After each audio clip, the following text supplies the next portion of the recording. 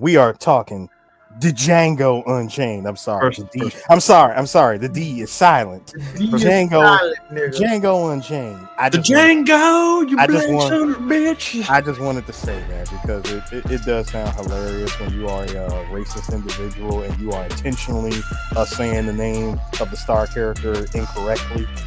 Hi, Walter Goggins. White people really think that hurts us. Jamar. Let me tell you something. Jamar. Let me tell you something. Hey, Let me tell you, Deontay Shante. Hey, CJ. Hey, CJ. Hold up. I gotta go. Hey, CJ, I gotta go. CJ, I gotta go one for you. This isn't basketball, J-Rock. Like sounds like a fucking 90s. 90s white bully. That's all that is. Sir, that was white bully. 90s white bully. Sir, that was 2001 when that line was said. You got served? Was it? No, that was actually how high. Okay. And Chris, 90s white bully is, hey, Bukowski, what I tell you about coming over here, nerd? Let me tell you something, wuss. It's the this. Wuss was the TVY7 version of calling him a pussy. I love hearing those dudes. Hey, Kowalski, what I tell you about being around here? Time for the swirly, nerd. Let's be real. Hold on, let's be real. 90s bullies are just remnants of 80s bullies. And then also racism like this. Oh, that's my favorite. That is that early 2000s sism in movies. That particular one was 1998, sir. That was good old 98 Chris Rock. Guys, going in on a Chinese villain. You technically got the green light to say that. But guys, you gotta understand, this is Django Unchained, but we're going back for white people. Back to a time where, I guess America was great. What year was America great for them? Like, when was it pure niggers are not talking? Oh, by the way, I mean that. We're going to say nigger a whole lot. Get ready for it. I just want to say this. Buckle up. The magic word if current events is an indication, that 1950s Jim Crow era. That's what they love. Nah, this is what they love, y'all. Curtis, what do you think? Oh, now you know I ain't allowed to think.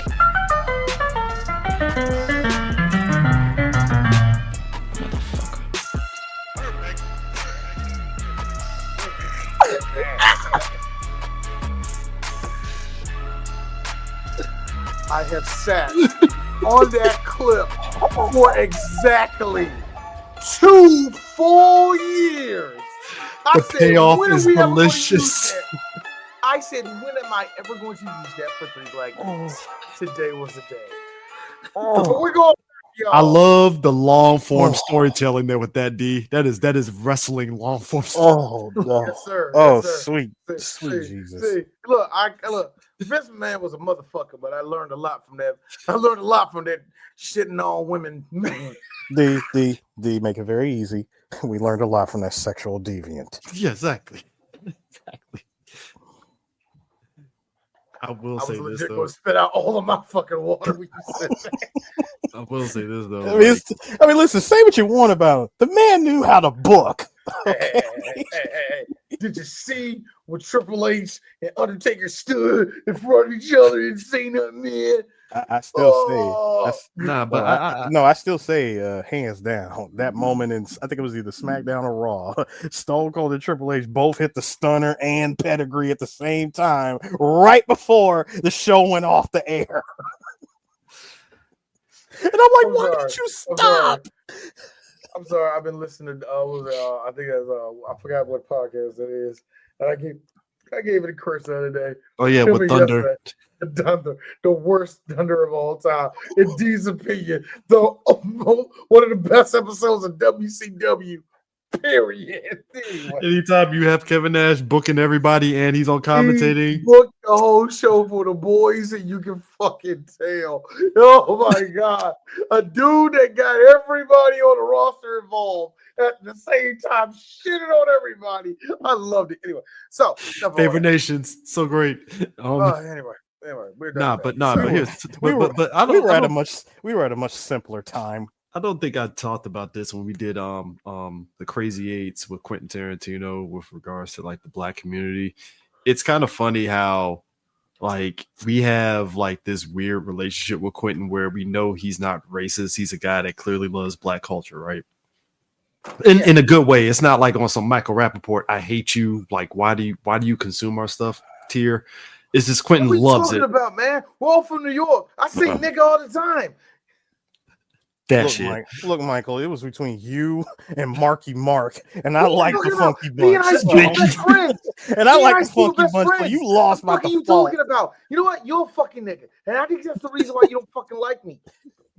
Like I said, we like the Funky Bunch, so you lost by default. Yeah, he really did lose that one. Why don't you go up in like a watchtower and like shoot somebody from there? Why don't you do that, nigga? Did he shot Tyra Banks, who clearly was not the greatest track star of all time? Shot Tyra Banks, guaranteed the 4th best hurdler in that school. She shot. God, we gotta do higher learning. We have to do higher learning now. Oh, that is like for real. Also, real shit. That's like our 3rd time within the year of 2000 of this year of bringing up higher learning. We're doing higher learning. I got to get us doing that as soon as possible. But our relationship with Quentin is very weird. Where we have every reason to hate him, and then like Django came out, and we just loved him. But then after the honeymoon period was over, we were like, why do we hate him again? You know what? I'm tired of new niggas. Yeah, I'm tired of y'all. So we get new niggas every 10 years, and it's all right. It's all right. Every now and then, even we act like new niggas. Hey guys, I think racism might be. Nope, it ain't over yet. You know, everybody gets starry-eyed every now and then. It's fine. You know what I mean? Yeah, government shutdown, crazy. But I really hate. This country's doing fine. We're doing fantastic here in the United States. Hi to all of our viewers and listeners from Brazil, Germany, and the fucking Philippines. Don't come here. They don't like none of you right now. All right. If you're German coming in here, they're gonna blame you for some shit that he didn't even do. They're like, you brought Hitler back. Like, no, we didn't. And he may like point at Elon Musk or some shit. I don't know. It ain't a good time for y'all either. All right. No, just put it this way. No, just to keep it real. If you're Australian. If you're Australian, I think it's the perfect time to come to America. No, D, wait a second. We all know the golden rule. If you are any darker than the shade of like more milk than coffee, oh, you getting shot.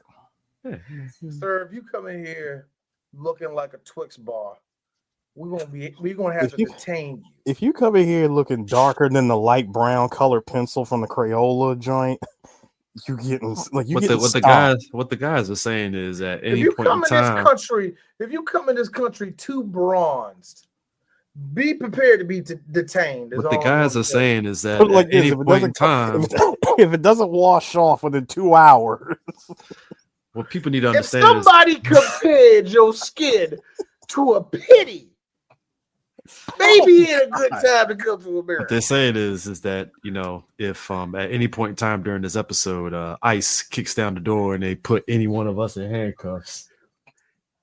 Hold on. Hey, just gonna have to put it out there because I know a couple of y'all out there, especially you Filipinos that listen to us.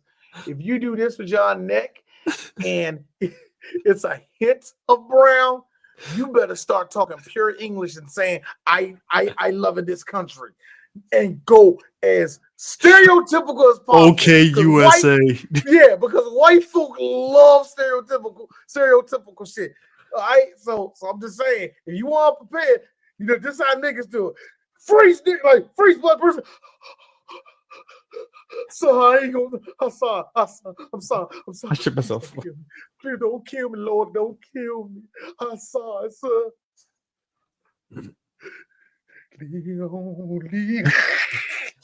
But nah, like this. Otherwise, Chris. Otherwise, you know, you could just pull an Omar and just jump out of a 4-story window. Yeah, you know, break and somehow survive on some Spider-Man stuff.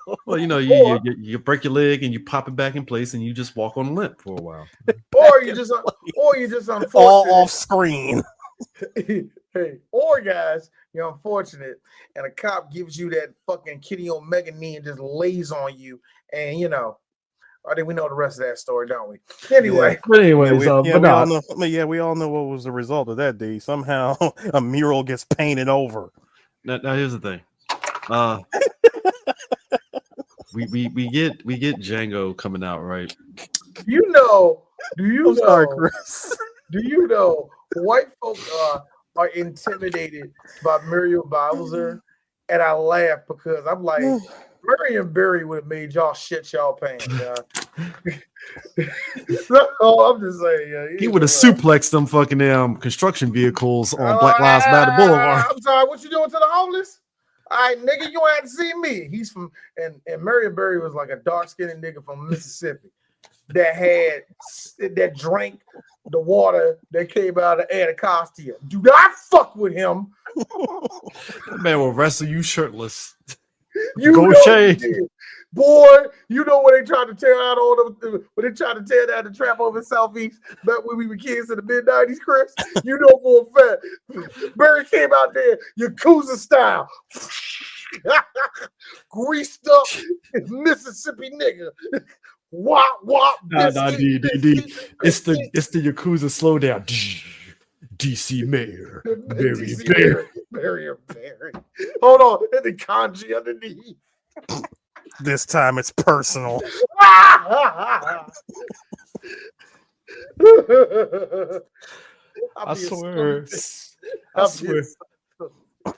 swear to God, Sega, I did not believe Sega could make something so badass look so great in a video game form until I saw that in the first Yakuza game where you saw them do. I'm like, is this like WWE? And that's what's missing in movies now. We need that. Like the John Wick movies would have been like a 20 if they put that at the bottom. Hey, guess what, CJ? Like, check it out. You know, if you've seen Killer's Game, they put that in for every character. Do you know what I love? You know what I love? They do that in Bollywood. They do that shit in Bollywood all the time. Mm-hmm. But it's some dude with a mediocre ass gut. This is called no abs, medium titties, and yet he's like, he does like some awesome move, like he like suplexes like a helicopter or some shit. We don't do that in America. We need to start doing that shit. Kevin James, hand to hand, Panzer tank. We need that shit. We don't do that in America, man. Let's still say keep it Sega. Bring in Jeffrey McWild and have him suplex a shark. Thank you. There you go. Thank you. That's all you need. We need a scene. I mean, Virtual Fighter's pretty much on top right now. We need a scene of Gary Daniels high kicking a tiger in the face. We need that. Well, I don't know why the fuck we need that. That's what Michael was missing Jai White. Michael Jai White personally running through the streets of Camarocho, giving out receipts to a whole bunch of random thugs. We don't do that. All I'm saying is America Tyler lost its way. I'm just saying. Make shit in America. Tyler Perry, D just gave you the vision. Here, you want to get dip a toe into the black action genre. There you go.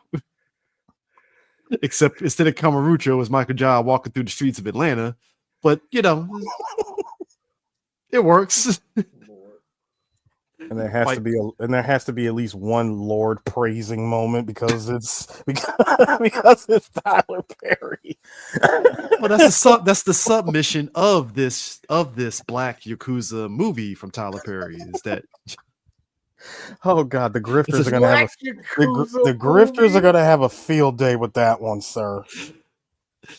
Because Grifter YouTube will have a field day. Guess what? That would be the highest watched movie on Netflix that weekend. Is what all that takes. I'm glad you said Netflix and not theaters. No, I didn't. That would be the highest watched movie on Netflix easily. That shit will break the servers. Like, guys, did you see this shit with Michael Jai White? Punched a tiger? Crazy. I think it would just have the same legend as they clone Tyrone, which is another movie we're going to be doing in the future. We already did it. Sorry, you guys already did. That's right. I've been away, ladies and gentlemen. but here's the thing. Back to Django, I was in Japan. There is Waterman, patriarch of 3BG. It was a shortage of Japanese people over there. That's one thing I could say. Oh God, we all need to just dress up in suits and have our own like group photo, and we just have like the Yakuza shit at the bottom. Right there in the middle of Shibuya Scramble. It's like the perfect place to do it. I feel like we would be actually the 15th group of black men that did that. But see, it's different because we're from DC, you see, and the vibes, Hold on. We mean 4 of them for DC. Shit. Nigger hub. I forgot about that. But speaking of which, can y'all imagine the fact that Will Smith actually was like considered a little bit for Django? He really was he was supposed to be Django. And I'm glad he wasn't. Yeah. It's just here's the thing. People always talk about like who's the greatest like entertainer, actor, or whatever, and like Jamie Foxx, a lot of people feel is very underrated, which I can get. Fair enough. Ray did kind of like, all right, I don't think he's that great of an actor. I think it's so overblown how we want to say who's the best of the best. So But he was, but when you think about like certain line deliveries in this movie, like I like the way you die, boy. Like I can't see Will Smith saying that because then it feels like he's gonna break out into a rap after he says that shit. Nah, first of all, when Will does it, it would be like he doesn't have. Hold on. If Will tries to do it, it's almost like he's trying to channel Mike Lowry for a second. Yeah, like what? Hold up, Bad Boys 3, 2, all 2, 2. All of them. Oh, when it was super serious, when he was like, right. you're right. Yeah, you're right. I didn't even think about that. I like the way you die, boy. Yeah. Plus that, and just like him and Kerry Washington being opposite, just I don't know, man. Also, and D loves to point this out when it comes to movies like this. He's beige. Niggas ain't going to get the point when it's always a light-skinned slave. We kind of don't get the point. Yeah, I'm not saying that that's against the impact wouldn't be as grand. I mean, put it this way, it's kind of like how they're doing Aaron Pierre right now. Not his fault, but like, they're pushing him in this direction as the guy now. You're and it's like guy. Why? Because of my eyes? Yeah, that's pretty much it. The Mufasa eyes, huh? Also, you're non-threatening to white women, so yeah, we want to really like push a new nigger, a new man. But remember Damon? No, I didn't. Jessica, I'm not racist. I stop. Remember Damon Angel's supposed to be the next heir apparent. I don't think they're gonna give it to him. Threatening. He's a little bit too dark. Well, he just did Snowfall, so it's like and Chris, he's a little bit too dark. That's why I said too threatening. Gotta be honest with your son. Hey, Idris, come over here. Yep, matches. No, you can't come in there. But when you look at Jamie, like how he plays Django, he has a bit of a swagger to him that works way better than what Will would do it. Because it's like Will. Yeah, because it's like Will probably would have been fine, but it was just like, I think the one thing that Will does, and I think Jamie to me overacts, and if you have the right director, you're going to get a really good performance out of him. You know what I mean? Yeah. Will to me tries too hard. Will knows that, and here's the funny thing.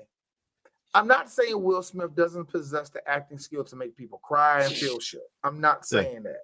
But there's this eagerness to make us feel shit. Like, put it this way.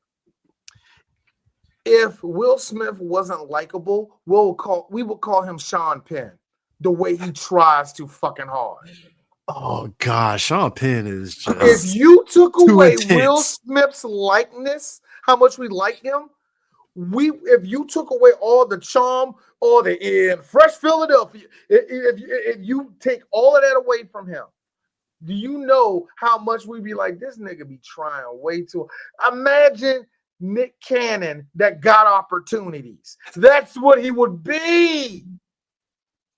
And I'm not calling him a bad actor. What I'm saying is Will has this weird puppy dog like, I'm dying and I'm gonna overact. And he gets like pale in the face and shit. Like, Will, stop. Somebody give him an Oscar. Jesus God, stop. No, that's how I feel about Will. So that's you have me, whatever. You know. But I think Jamie really nails it and stuff. Like I said, the camaraderie with him, Christoph Waltz, scenes with like even Sam Jackson, like it just works because it's the dynamic flip is just boom, boom, boom, boom. Yeah. But I think sorry. Anyways, I'm laughing at Brian. Fucking Brian, I'm laughing at what this nigga put up.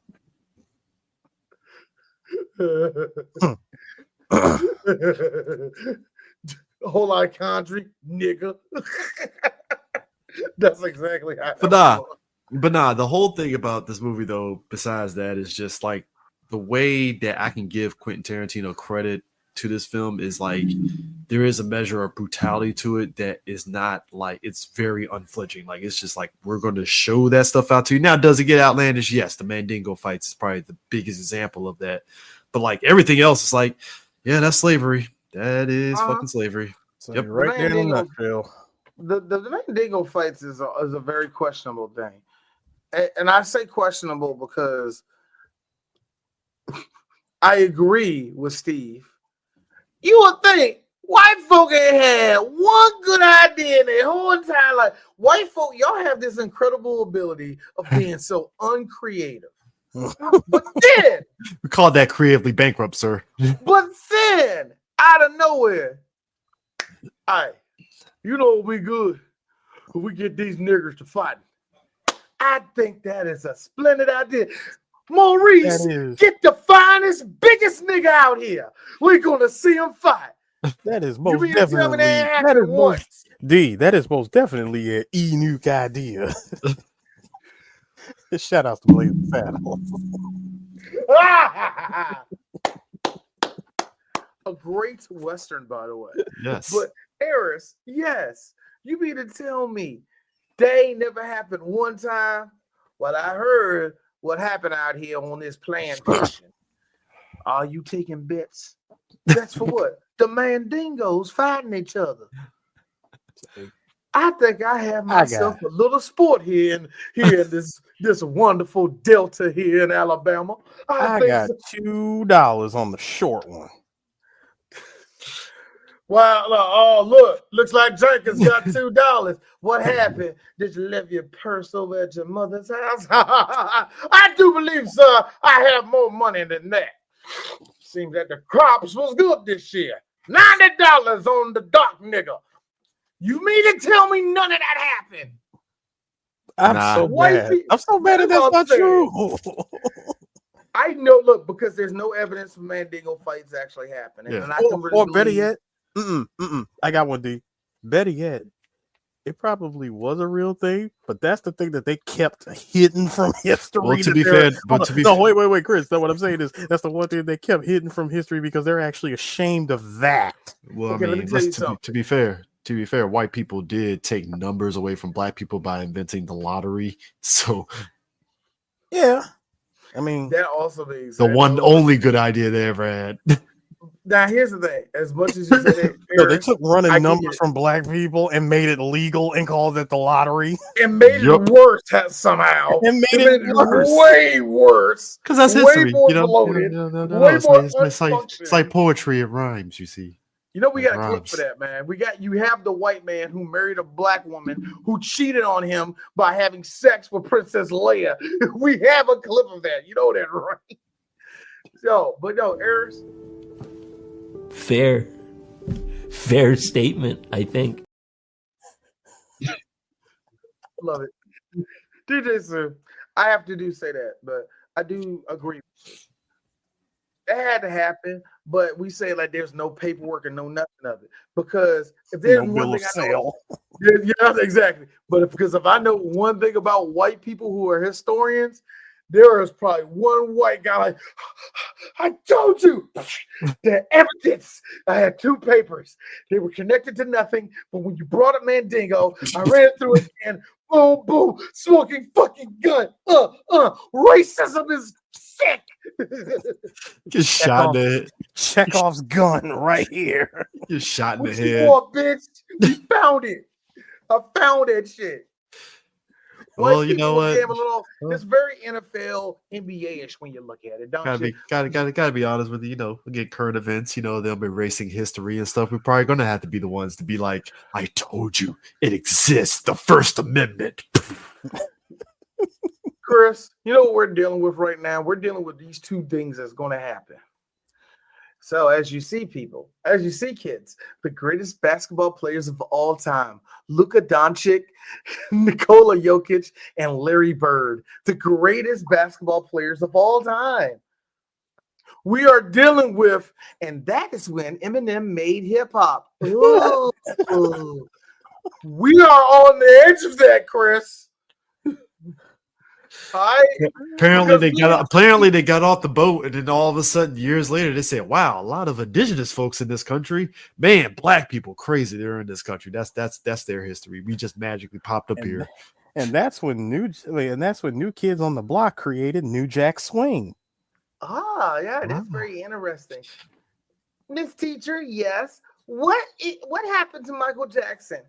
Well, what happened to Michael Jackson is what he deserved. He did coke. He took a lot of pills and died after he admitted that he didn't write the beautiful songs, the beautiful songs that Lionel Richie wrote.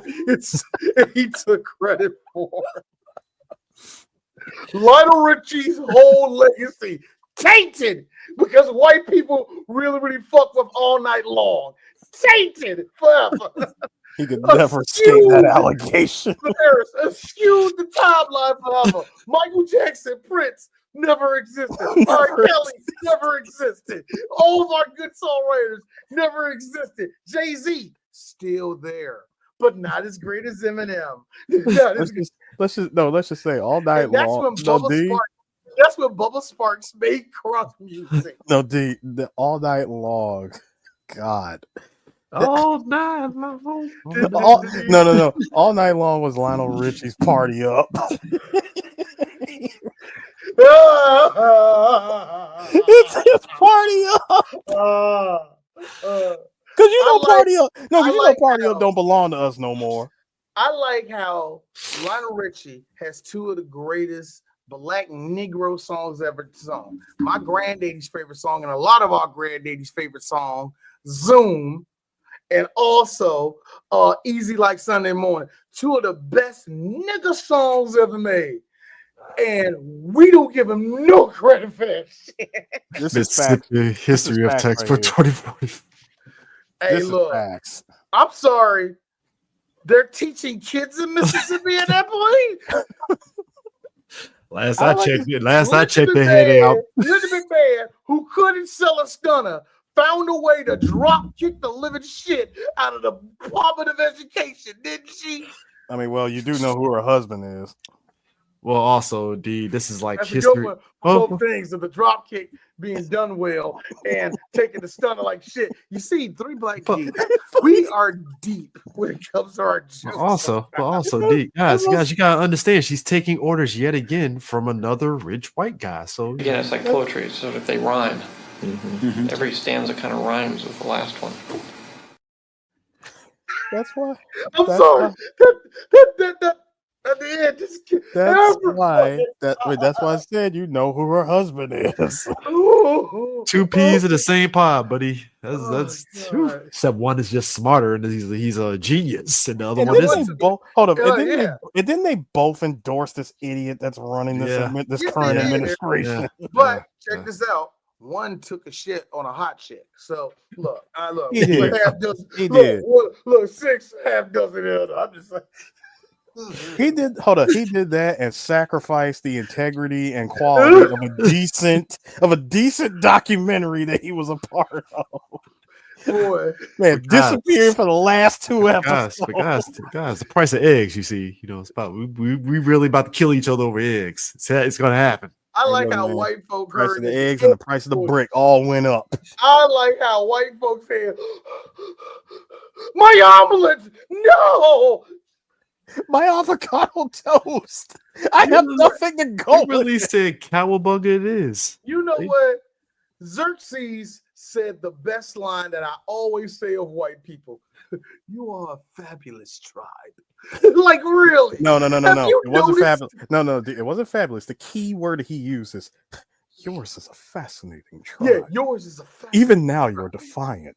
Exactly. Like, how are you right now? Yes, even right now they're defiant. How? You really set fire to all four corners of the country and go, well, when you niggers gonna put out the fire? That's exactly what y'all doing. How is it possible? Look, and in the presence of a god, it is not wise to go against me. I feel that was Justin Trudeau looking at motherfucking Trump. Like, look, I finally found out today why people hate Justin Trudeau. I ain't Canadian. Yeah, that nigga suck. Okay, yeah. But he's a beautiful looking white guy, guys. Let me tell you something. I like how that nigga was like, I'm sorry, what, Trump?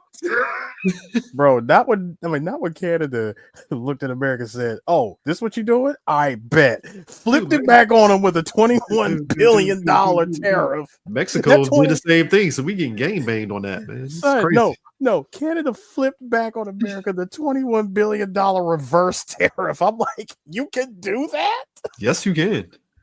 But like, that is beautiful. Mexico wouldn't do that to us. Wait, Mexico. 1, 2, 3, 4. I need to get the three amigos from Breaking Bad that was singing about Walter White. All because of with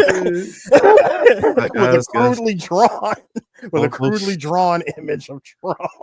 Price of eggs has gone up because apparently, other countries are bringing in fentanyl, even though the United States is the biggest producer of fentanyl. But semantics, I like. Just imagine, if you will, in 1986, the height of it, Bolivia. Why are you bringing all this coke in our country? The gall, right? Now, hold on, the gall, but because you are the biggest purchaser of our natural product. What are we gonna do? Deny you? Like, what are we gonna do? Say no? Like, wait a minute. So, America, you make the most fentanyl. And you know that all the other countries bringing fentanyl is very dangerous. But your country also consumes the most fentanyl. Yeah.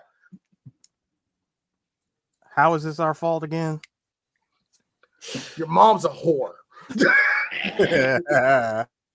That's pretty much it. This is the answer for everything. Just sad.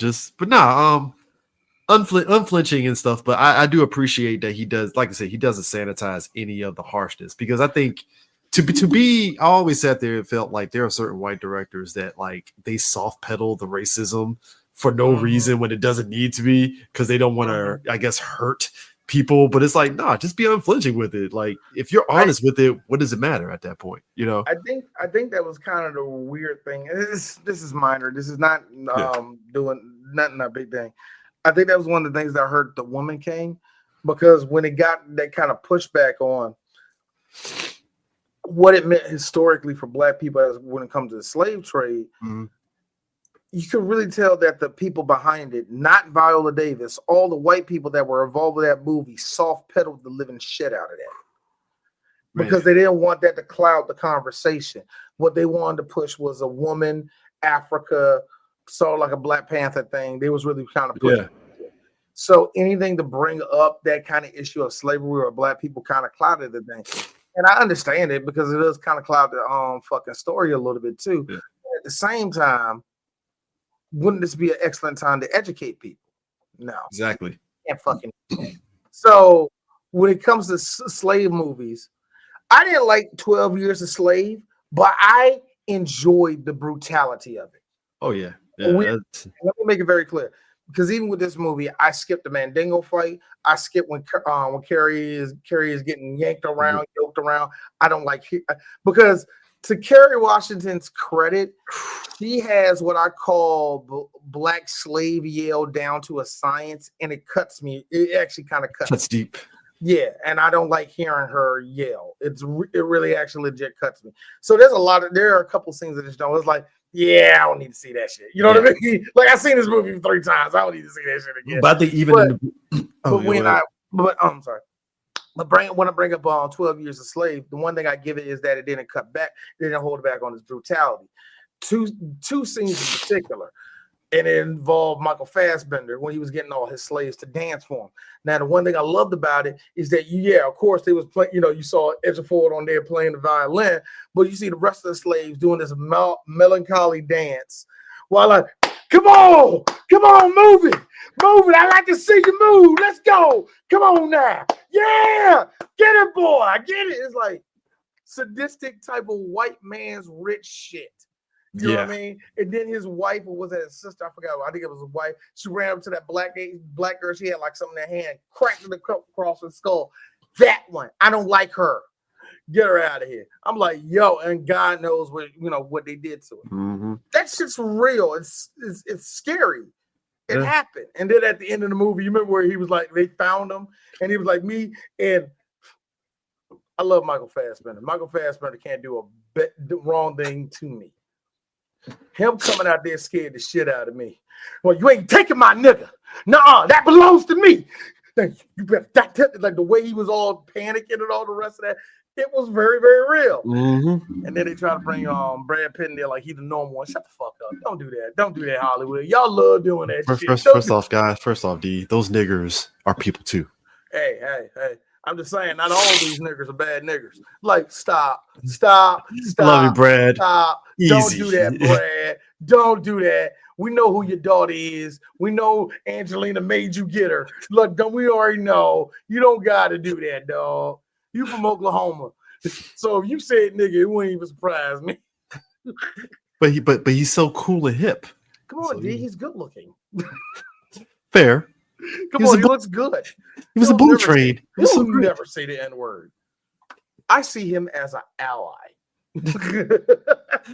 I mean, but nah. But anyway, Chris. But nah. Go ahead. Actually, I'm gonna wait for this one joke because I wanted for DJ Sip. But it is a little bit more that we can't talk about before you come back.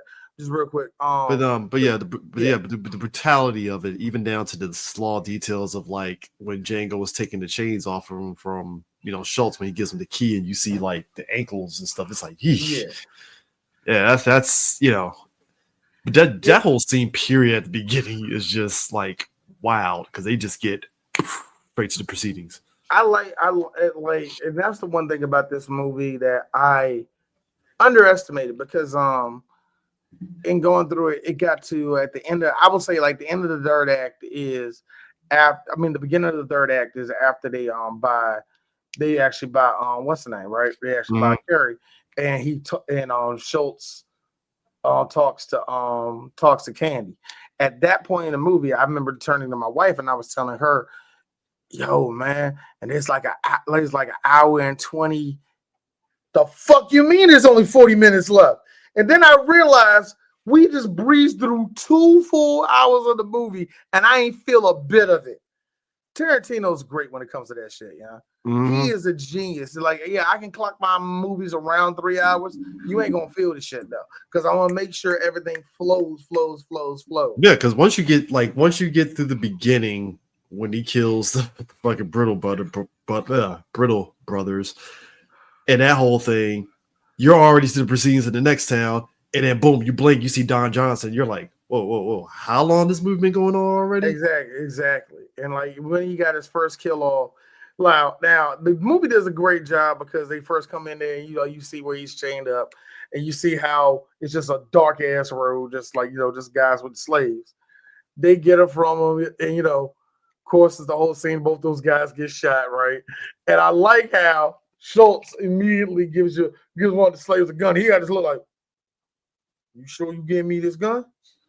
He was giving me this gun," because I noticed the longer they held it, you notice that his grasp kind of got more firm on the gun.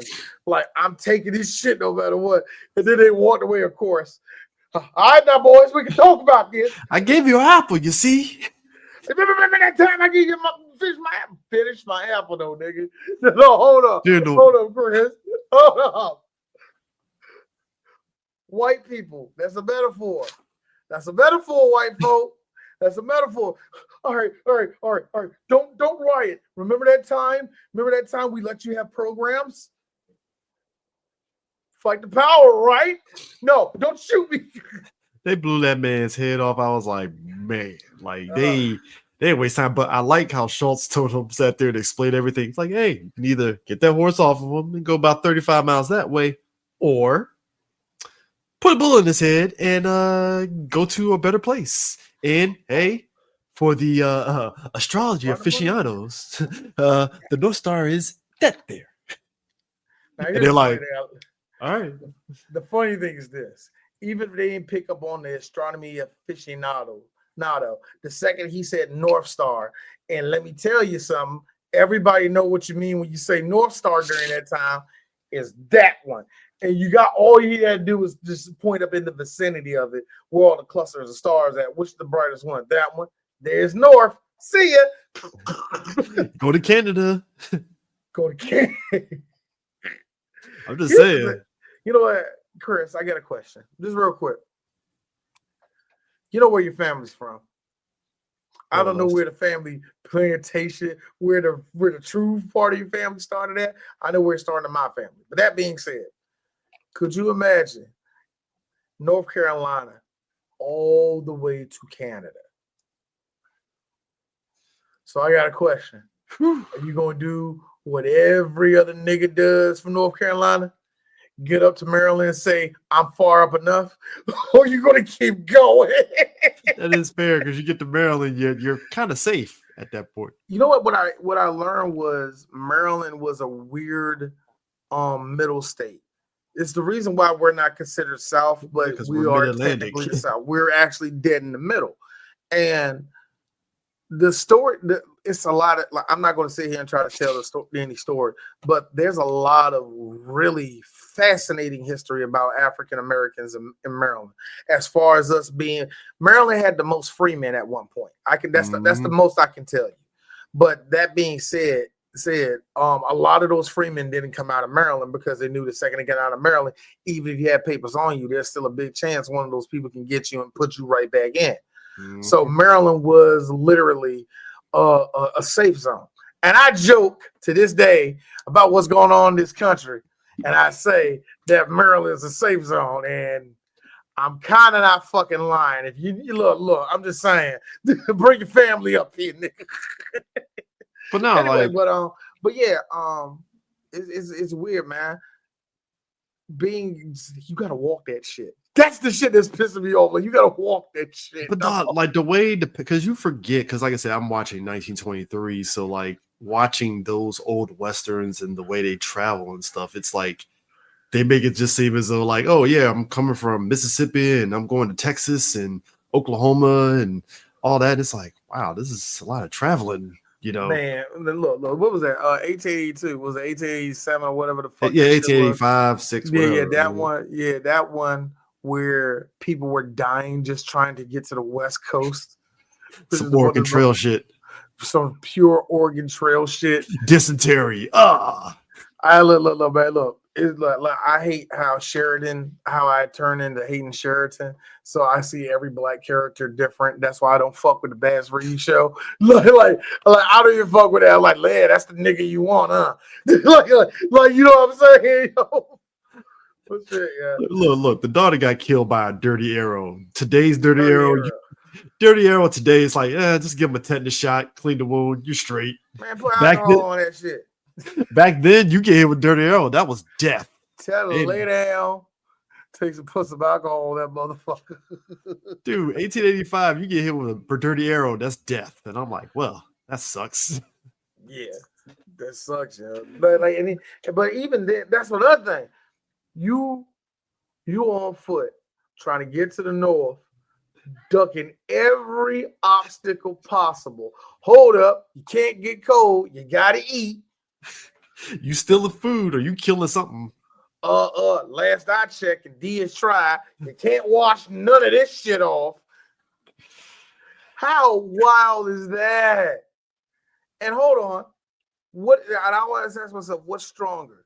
The black folk that ran away and survived, or the black folk that stayed and endured that shit. Fair. That's the shit that's crazy to me, nigga. But nah, man, Brandon like survived. but dog, what got me was like they get to the next town and they're just drinking beer, and he's like, "Hey, get your sheriff," and that guy's all like, "Whoa, whoa, whoa, whoa, whoa!" Actually, that was the first town. The first town they went to was the sheriff, man. But actually, more important. This movie started off with something very important, guys, and I think it's time for us to talk. The reason why this movie has yet to get a 4K Blu-ray release. Really?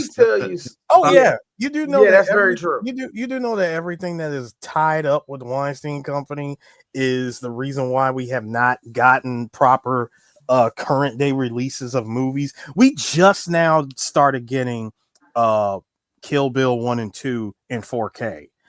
Whereas movies like Jay and Silent Bob Strike Back is stuck behind Blu-ray and more than likely an out of print Blu-ray. And then you got to think about Dogma has yet to be released. And let's not forget about all of the horror movies that came under the Weinstein umbrella too. Yeah, that's the Scream series, the Halloween series, and a couple other of them too. So I hate saying this. Harvey Weinstein was the fucking man, right? Much like Robert Kelly. There's a reason why they were on top, all right? And I got another joke for that, but it sounds very improper right now. We're already saying the N-word way too many times. They were on top. No, D. They were on top. They just misplaced that form of consent. Yes, they did. Not Gwyneth Paltrow. She really wanted to ride on that jet. Anyway, I don't like Gwyneth Paltrow, so as you can kind of tell. But Eris, here's the thing. Let's talk about Christopher Waltz. While we're talking about their early travels, let's talk about Christopher Waltz and how this motherfucker came off of what was that? Inglourious Basterds. Inglourious Basterds. And he was very good in there because, and I think I admitted it during our Downfall episode, I really love German acting. I think German acting is pretty fucking good. Yeah, he was really good at that shit, man. And him going from that to this is pretty fucking awesome to me. I'll admit that, man. Pretty fucking awesome, man. And he got a little bit more, he got a little bit of buzz after that. But that's about it, man. Christoph Waltz is cool in this bitch. Yeah. I mean, it's Christoph Waltz. I think didn't he get Best Supporting Actor for this movie? Did he win it? Did he win it? Who won this? Leo didn't win. Leo didn't win. I know Quentin didn't win. Yeah. Because they can't win off shit like this. The nigger won at the end. They can't do that. Yeah, because they were really. I remember when they were doing the Crazy Eight, like they were trying to like push Hateful Eight. Why I said Crazy Eight? Hateful Eight. My bad. I keep saying Crazy Eight. Not the Hateful Eight. They were really pushing for like Sam Jackson and Kurt Russell and a couple other folks to get something out of it. I don't know. Probably. Probably. There it is. So I see it now. So basically, Django, when they came to the Academy Awards, it won for Best Original Screenplay, and Christoph Waltz won Best Supporting Actor. Oh. So good for them. We're good for them. See. Like Eris told me the other day. No, you didn't tell me this the other day, Eris, but you did do. But you said this off The Simpsons with Quentin Tarantino. Come on, D, it's all around. It's on the cereal boxes, man. Fucking Simpsons for that shit. But yeah, I like the fact that they blow this motherfucker. They shoot this nigga in the middle of town. Of course, the whole town's out there. All right, everyone. I'd like to inform you that the person that is on the ground, he did this shit twice, and that shit had me rolling both fucking times. I got you. Hold on, D. I got it. Because I was actually looking for that whole quote. So check this out. My name is Dr. King Schultz, and like yourself, Marshal, I am a servant of the court. The man lying dead in the dirt, the one the good people of Daughtry saw fit to elect as your sheriff. who went by the name of Bill Sharp, is actually a wanted outlaw by the name of Willard Peck with a price on his head of $200. Now that's $200 dead or alive. Now, I am aware this is probably disconcerting news, but I'm willing to wager this man was elected sheriff sometime in the last 2 years. I know this because 3 years ago, he was rustling cattle from the BC Corrigan Cattle Company of Lubbock, Texas. Now, this is a warrant made out by the Circuit Court Judge Henry Allen Laudermilk of Austin, Texas. You are encouraged to wire him. He'll back up who I am and your dear departed sheriff was. In other words, Marshall, you owe me $200. Okay. What I love is the 10-gallon hat doing this. All right, you got me on that one. What were you going to say, Chris? Like that little dip was like, get this man his $200. It's also in the early goings of you making that speech, you were kind of slipping in and out of the accent a little bit, where it kind of got a little Jamaican in the beginnings. You almost had me, and I was like, okay, bam, I see the German. I heard the German. All right, we're good. I mean, come on, man. Texas. I mean, come on. Texas. I mean, come on. I had to slide. Understand, sir. I had to. You don't just slide into an accent like a pair of old shoes, man. I mean, sir. For a second, I was like, "You got some Sean Paul in your family? Like, you guys?" You do know that everybody on my father's side of the family is from Florida, right? A lot of mercy. Actually, that means they're more. Actually, that means they're more likely Haitian and Cuban. And also. More Cuban, to be honest with you. And also, if I'm not mistaken, sir, is it not you that always says that T-Pain could be my cousin? No, T-Pain is all the way nigga, all right? So that's a little bit different than Jamaican. But whenever I get high pitched, I sound like T-Pain.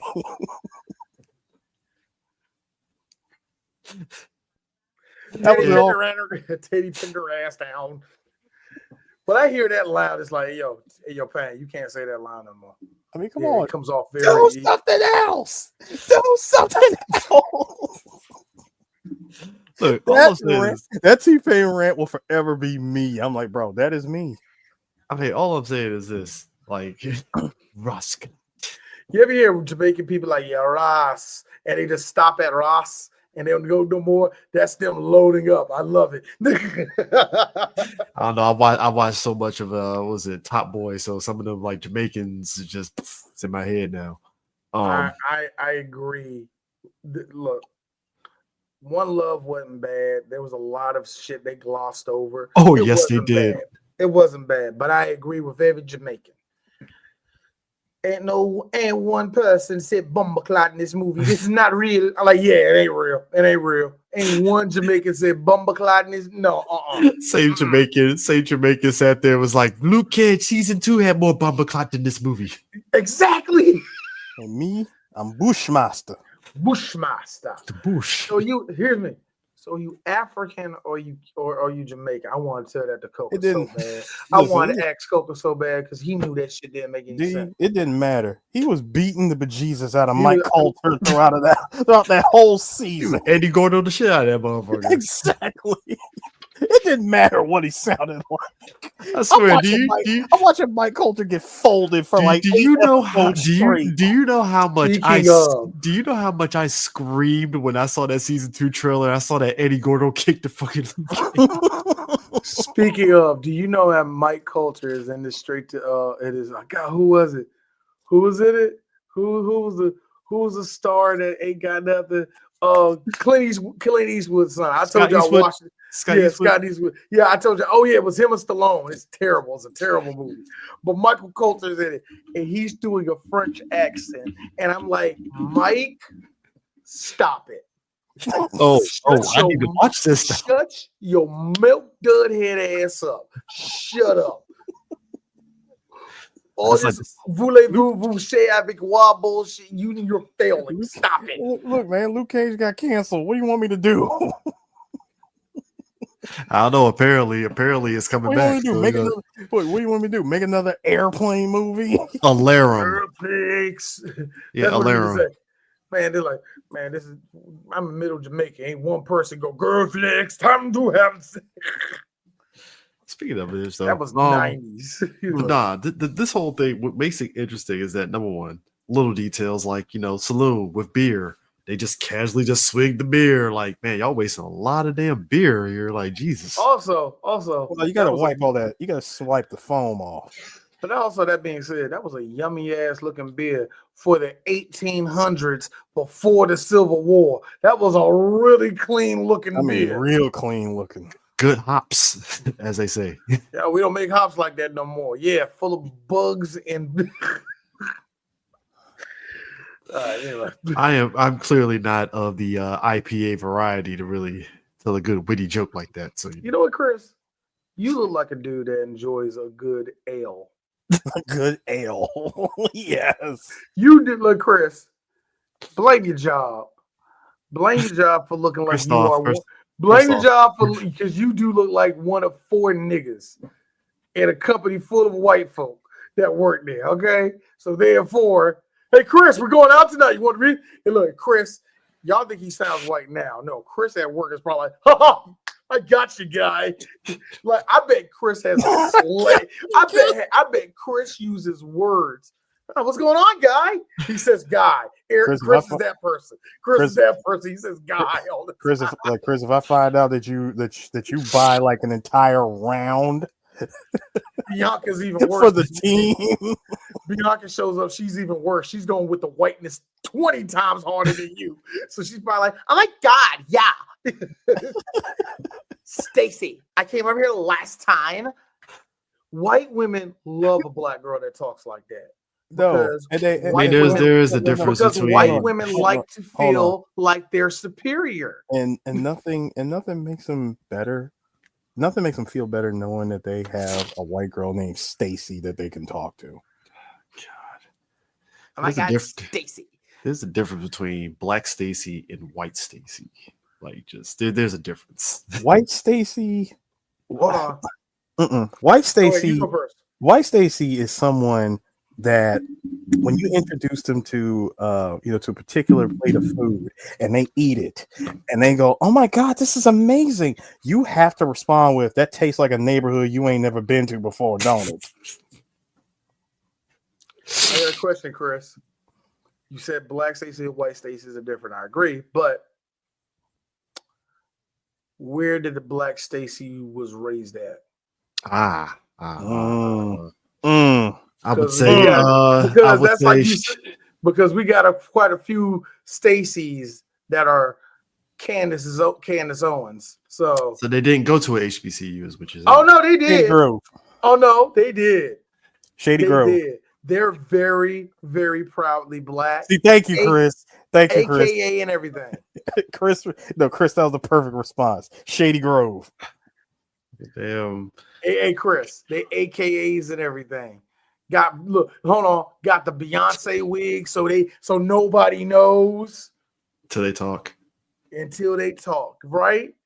There's always that one black girl. They got the long blonde hair, and you're like, that hat is awfully red on her. Oh my God! I fell into that trap. Thank you, Tevin. We forgot about the boss of all boss, Stacy's. Oh yeah, the Mr. X, the Mr. X. No, the Mr. X of Stacy's, Mr. Karate of Stacy. Hold up.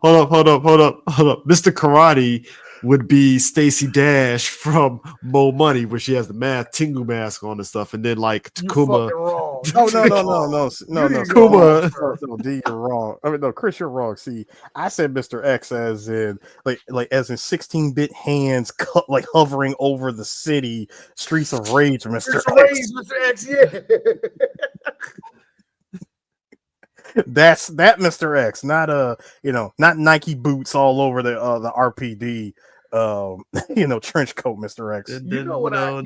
After all falls down, Stacey Dash, we just got King Stacey Dash. Here's the thing, Stacey Dash fell down the rabbit hole of you were our nigger. And I hate to say this about her. She really did have to fall hard. And she's still going through whatever she's going through right now. But obviously, white people ain't fucking with her no more. Yeah, And do I feel bad for sis? Yes, I do. Do I care? No, I don't. Two things can be right at the same time. I feel bad for you, sis. I hope you get back on your feet. More money was the shit, and my niggas jerked off to you a whole lot. I hope you get back to you. All falls down video. That was peak. I mean, Clueless. I mean, yeah. No to both of y'all. D's an aficionado of being a pervert to my sisters. The King magazine, which she was in nothing but. Ooh, yes. I don't like Stacey Dash, but that's all I can say. I don't even like Stacey like that. She little. Did we just turn into like the three guys in Bebe's Kids that were playing poker in the back? We did. We did. Yeah, she turned to a fucking turkey leg. That's all I can say for D. She's like, me in the mind of Players magazine, 1973. Woo! Woo! That's the one. Eris. I didn't know that. Woo!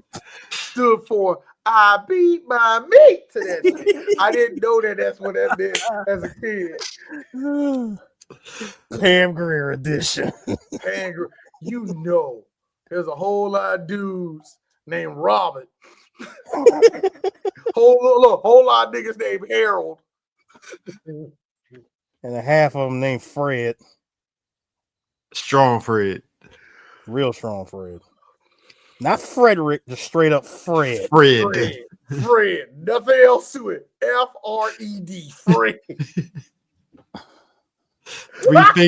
Three fingers. Get Fred.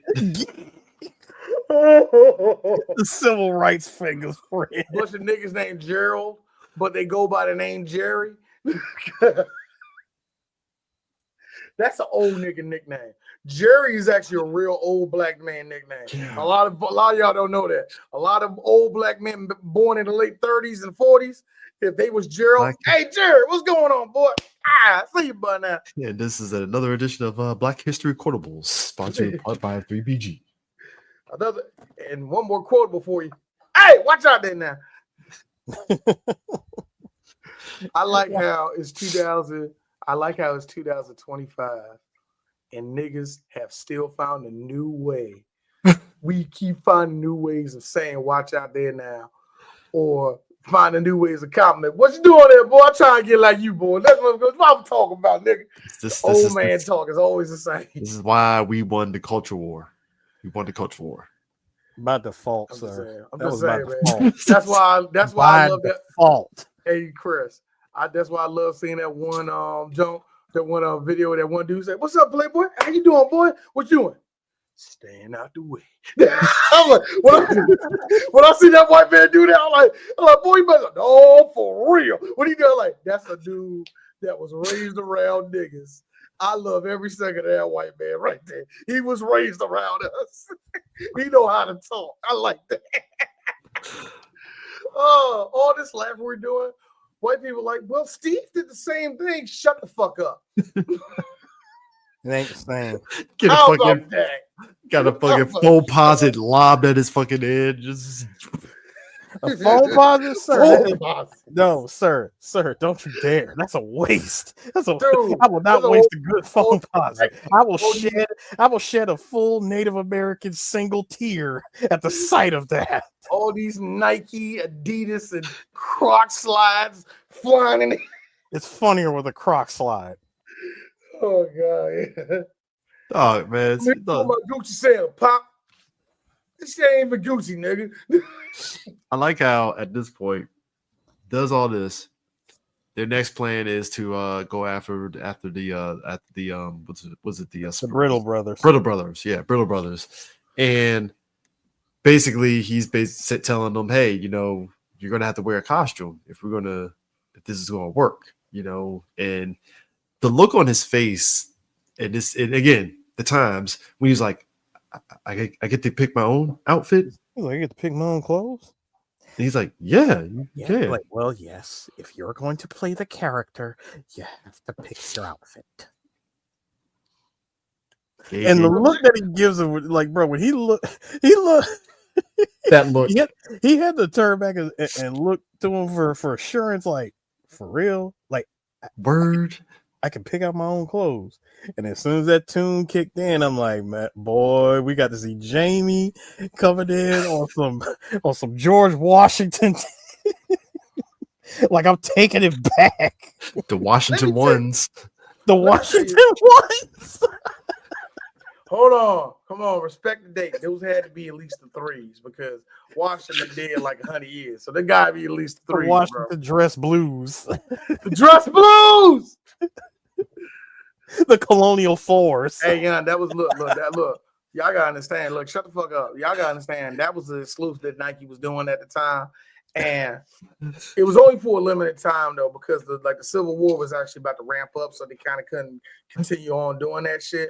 Now, I heard that you can get some remakes of them shits, but I don't know what's true. Eris knows more of that shit because they like floated on hype beats for a little bit, but like they was like saying they were faking shit. So I don't know nothing about that. That's all Eris is shit. Well, right. unless they come up with a BS story like, oh, like a stagecoach got robbed full of them shoes, and then like, but they said that before some shit like that. They said, oh, because there's a fight with the Sioux Nation right now, we can't get the materials. I was like, that's some bullshit, you know. But whatever, you know. I heard they was open for business, baby. Yeah, I mean, but like my thing was, he gets that costume and they get there, and it's quite possibly the funniest dialogue exchange. Now, let's put this out here, and I had to look it up. Do you know one thing historically white people cannot stand? Is seeing a black man on a horse. Mm-hmm. To this very day, you see a black man on a horse, white people have this look at there like, what is that nigger doing up there?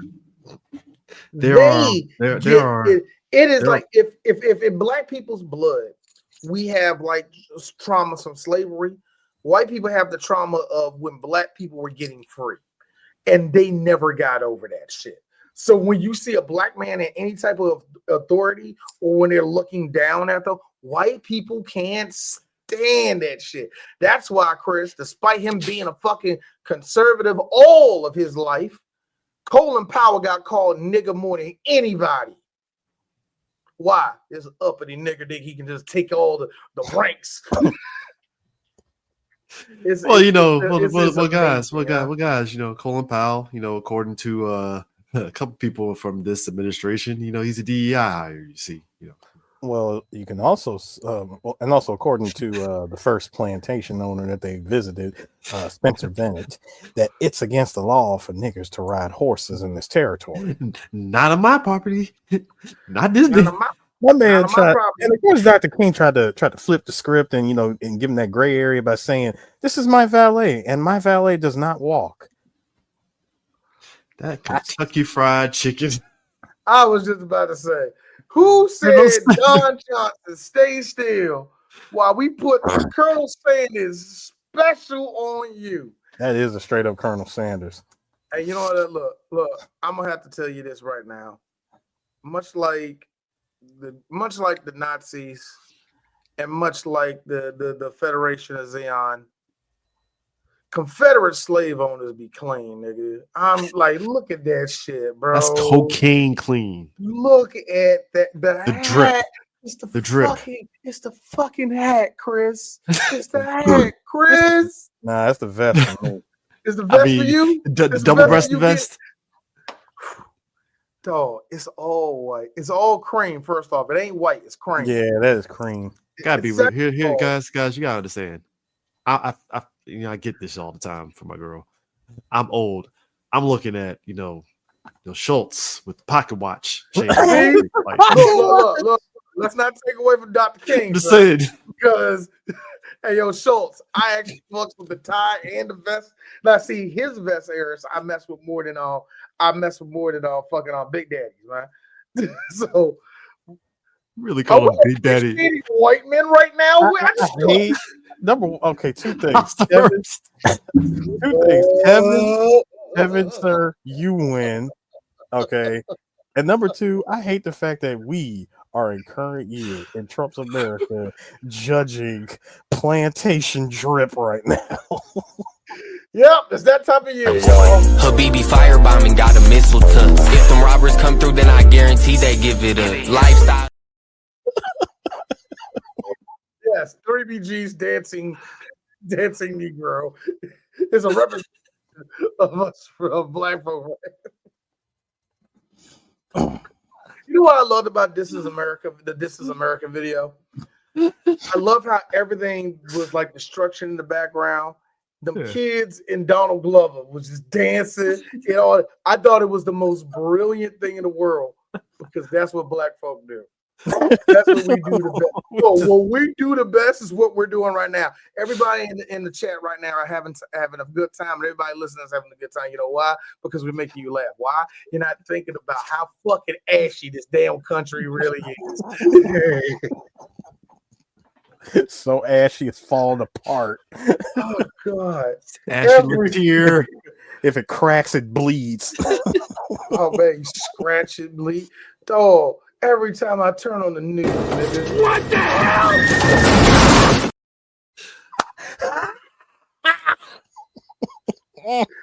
Each and every time I turn on the news, Trump. Well, today we're taking away Cheerios. I don't. Hey, they don't make your heart better. Let me just say, SNL was right. SNL was right. I cannot. I can't. Breaking news every 5 minutes. Breaking news every 30 seconds. Breaking news. Here's the city part. That he probably will be the guy that says, "Take that bullshit. Prevents heart disease off all cereal boxes." He's going to do that shit. Will you stop?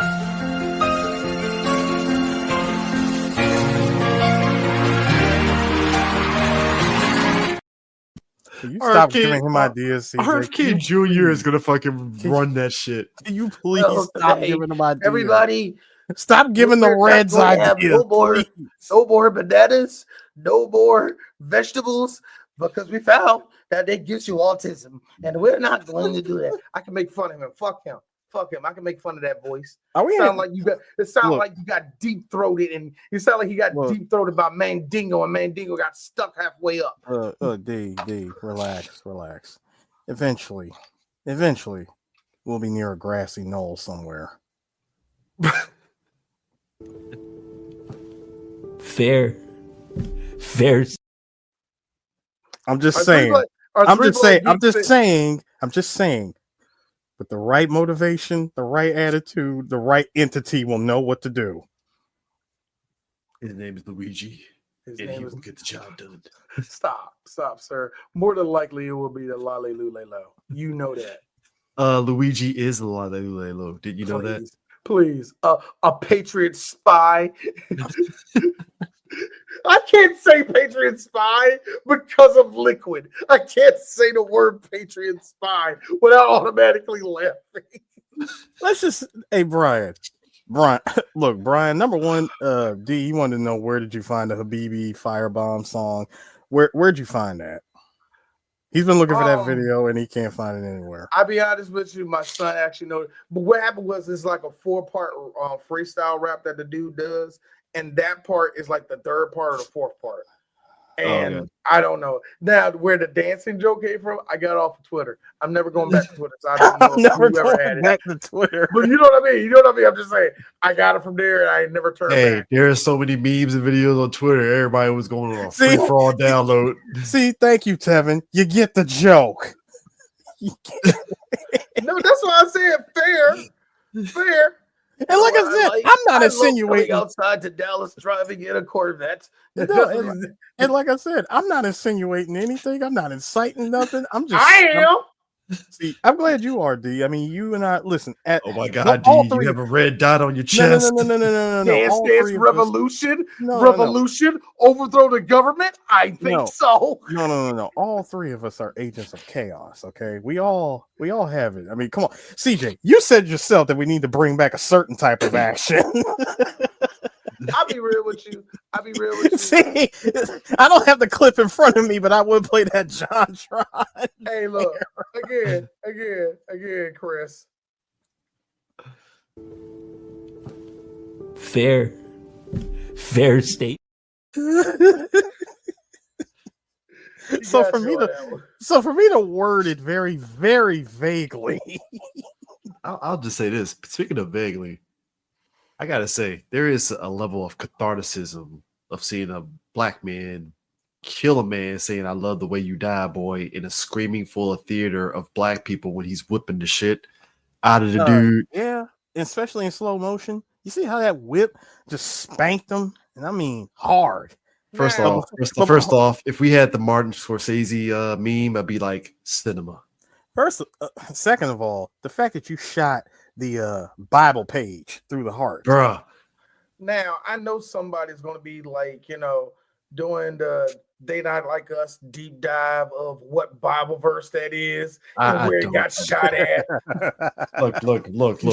That's the part of the Bible that approves slavery and what white men use to approve slavery. I mean, to justify slavery in America. And he shot right through it, symbolizing that. D, we were on Twitter at that time. There was a lot of new blacks that were deep diving. That's why D ducked out of it. Because as much as I was enjoying, that was when you were petering off Twitter at that point. But I remember you were like, "Nah." You gotta understand, I'm a Drake fan. But you know what I was enjoying? Seeing Kendrick go final atomic. I was enjoying it. But you know what I didn't enjoy about it? So what he's wearing in the video is a reference to how slavery was. This is a yellow nigga getting tossed by a dark nigga. I don't care. I don't care. I've been watching wrestling all my life. It doesn't matter what the storyline. We got to build up. We're here. It's WrestleMania. Kendrick's about to pin this nigga. Shut the fuck up. I don't care about the backstory. That's why it's black people. I don't care about the indie match that he had 8 years ago. Bro. There were people that were trying to see the Bible verses. I was like, I literally I would love to know that. I had to do the Ileana. No, I had to do the fucking Marge going to Lisa with the hand. It's like, stop. It's time to stop.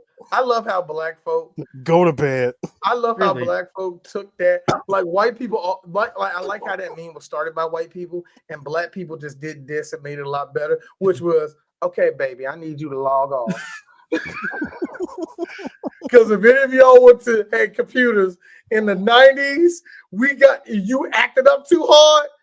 Dwayne, yes, I'm gonna need you to log off, but I don't want to, baby, log off. Hit the power button. Now go stand over there. I got that like once or twice. I like the computer. I ain't active when I was on the computer. We had to do that to people. Like, it's like, guys, it's just the whole thing of he's taking power away. That's really all it was. And I'm like, all right, cool. It was a dope scene, the slow motion, the cinema, the whipping, and the guy doing the. Oh man, the thing that got me, because this movie has several scenes where I do have a black man tear, and I'm not going to lie. When I got this picture, I thought it was a better looking picture than that. It looks kind of furry. But when I got this picture, I actually looked at what was going on in the scene. Seeing that fat white guy in the background, like, what the fuck? Jamie with 100% accuracy. The black girl who's about to get whipped, looking at her literal savior, beating the dog. Let me just say, you know what's missing from this? You know what's missing from this? Top left hand side, PS5.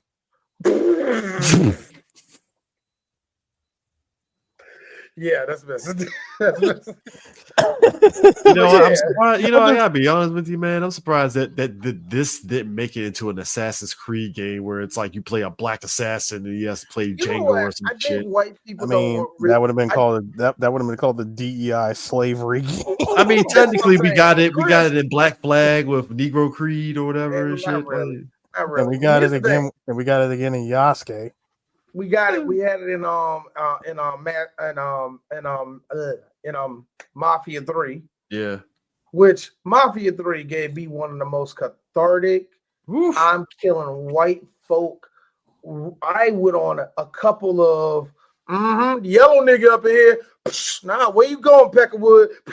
Nigga, I turn. If white people think us saying cracker on out is racist, y'all couldn't be with me when I sat playing on Mafia 3. Ooh, I call y'all crack. I call you white folk everything but God's child. You don't understand. That game was buggy as hell, and I endured it because you know why? I got to blow racist folk head off. Mm-hmm. Oh, you don't know how good that felt. But that whole scene is funny because he's like, "Y'all want to see something?"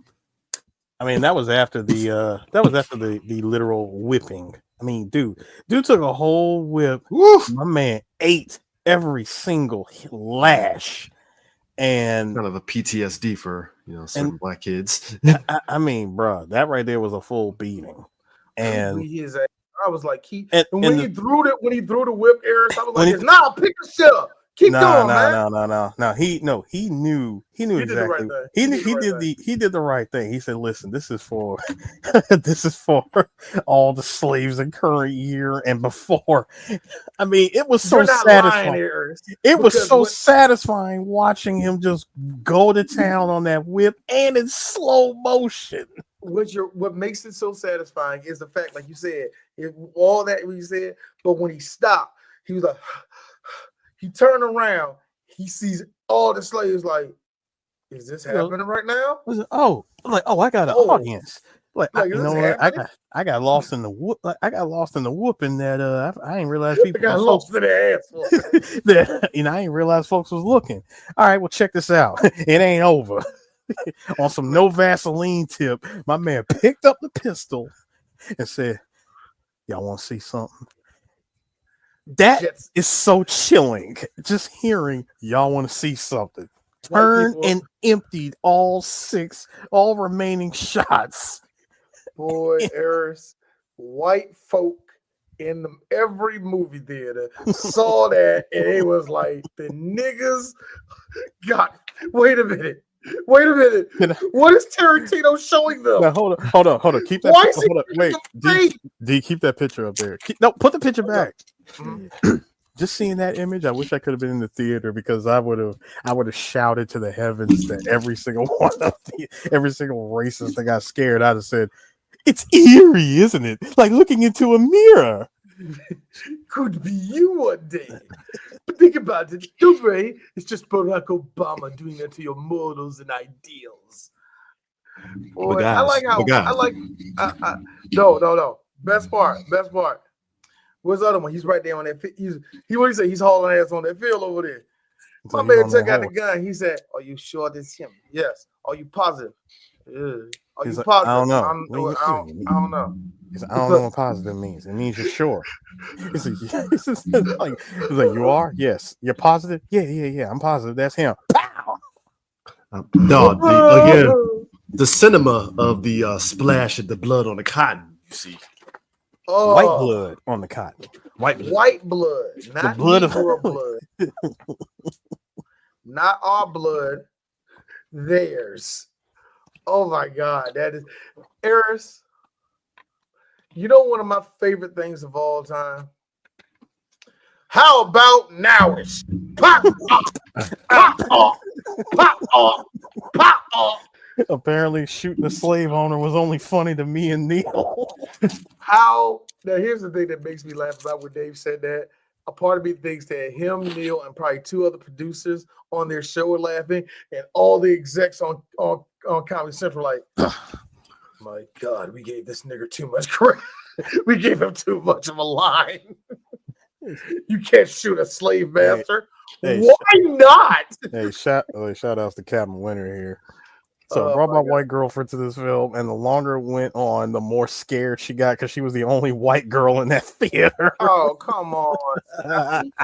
Come on, Susie. You're okay. Theater, we love you. You're an ally. You're one of us. Let me tell you something. Hey, Winter, let me just say for the record, her name had better not been Laura. I'm gonna keep it more real with you because I'm a real nigga. Quit bringing that white woman to our functions, nigga. Terrible. Keep that cracker girl out. Keep that dandruff queen at home, nigga. Keep them cum-colored looking people at home, nigga. Black folk function here. I always say, watch out for the porcelain posse. Like I always say, man. Dandruff roaches be crazy, bro. Let me tell you something. Name is Diana. Ooh. Too. All that lice in her hair. See, I'm talking about that could be still your girlfriend. Let me stop talking shit. No. You're like this, man. Nigga, I'm still fucking her. Let's stop it. I'm like, you know what, Cap? Oh, you probably already got the idea already. I'm just saying it involves you, her, and that song, MJ, Dirty Diana. And I'm gonna leave it alone at that. That's a layup. That is. That is definitely a layup. That's why I put up chopsticks for 2.5 seconds. Really? Yes. Michael Jackson fan over here. Shimon in his ass. No, I'm playing. I'm just saying. But yeah, that like a lot of the scenes when it comes to all that, when it comes to the death of slave of slavers, I love seeing them die. Real slow, sometimes real good, boy. You know what I mean? So, but also we get probably the best scene that a lot of people still talk about to this day, and it feels very accurate. Is the clan members? They're trying to get. If this wasn't the Tiki Torch whites to a T, bruh. Now to make it very clear, y'all. To make it very clear, this is before the Civil War. So no, this is not the Ku Klux Klan. The Ku Klux Klan was not made until after the Civil War because white folk was like, damn, we got to make sure these niggers are still scared of us. So what you're saying is this is like that's a different thing. So this is the Diamond Dogs before Foxhound. You know what, Chris? I want to say, how dare you say that about Kojima shit? But you know what? Fuck it, man. We're about to get Metal Gear. Look, fuck it. Metal Gear survive, exist. So might as well just go. But yeah, no, man. This scene had me. What do zombies have to do with Metal Gear? You know what? Not even Konami knew. I like how there was. I love you, Mr. There Kojima. was a nigga with the last name Ito that worked at Konami and was like, "We gotta put zombies in something." We got the Hideo. We got the Kojima engine. I'm saying, let it happen, and we see what we get out of it. Do you know that they're still selling that game for like what I would consider full price, which is $25? Who is doing that? It is the most bizarre what if Metal Gear game that's not Metal Gear. Whatever. Anyway, I got nothing. Yeah, I have done anything. Anyway, so later that night they go out there. So what we gonna do? We're gonna sneak up on that nigger. Second Don Johnson put on that freaking mask. Ah, damn it, I can't see. Then everybody's trying to make a can't see out of this shit. God damn it, like I can't see out of this shit. Can you see out of it? Well, I can, but when we started moving, I can't see nothing out of it. I feel, personally, I don't like it. We can take it off. We're fine then. Take it off. Take it off. My wife just had to stay up all night getting 30 sheets together for you ungrateful sons of bitches. She asked me for anything else. All I hear is criticize. Here's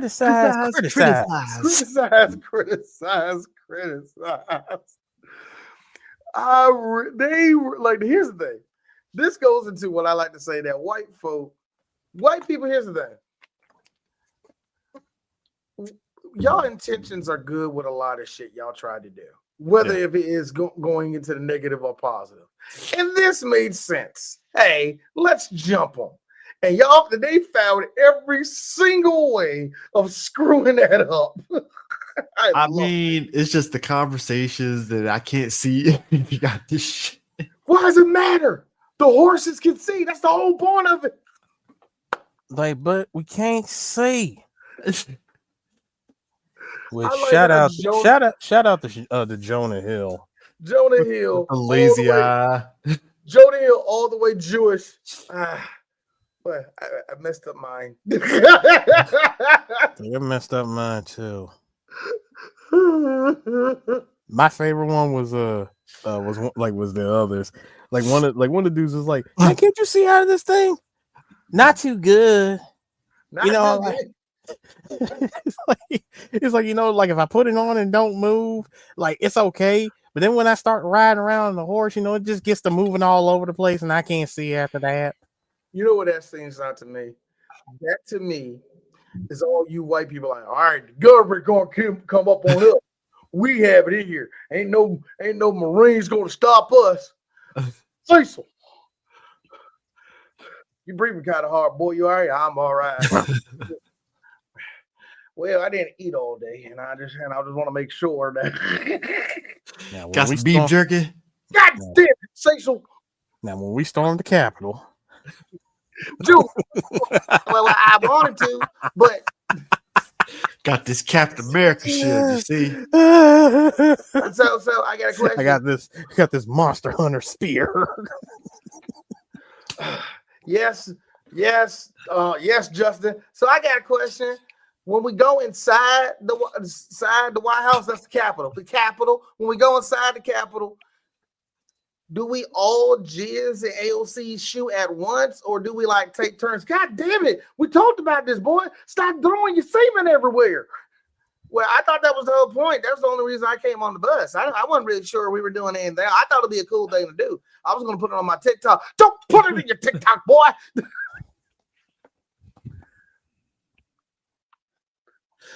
So what do we do? So what we do? We go in there, heads on pikes.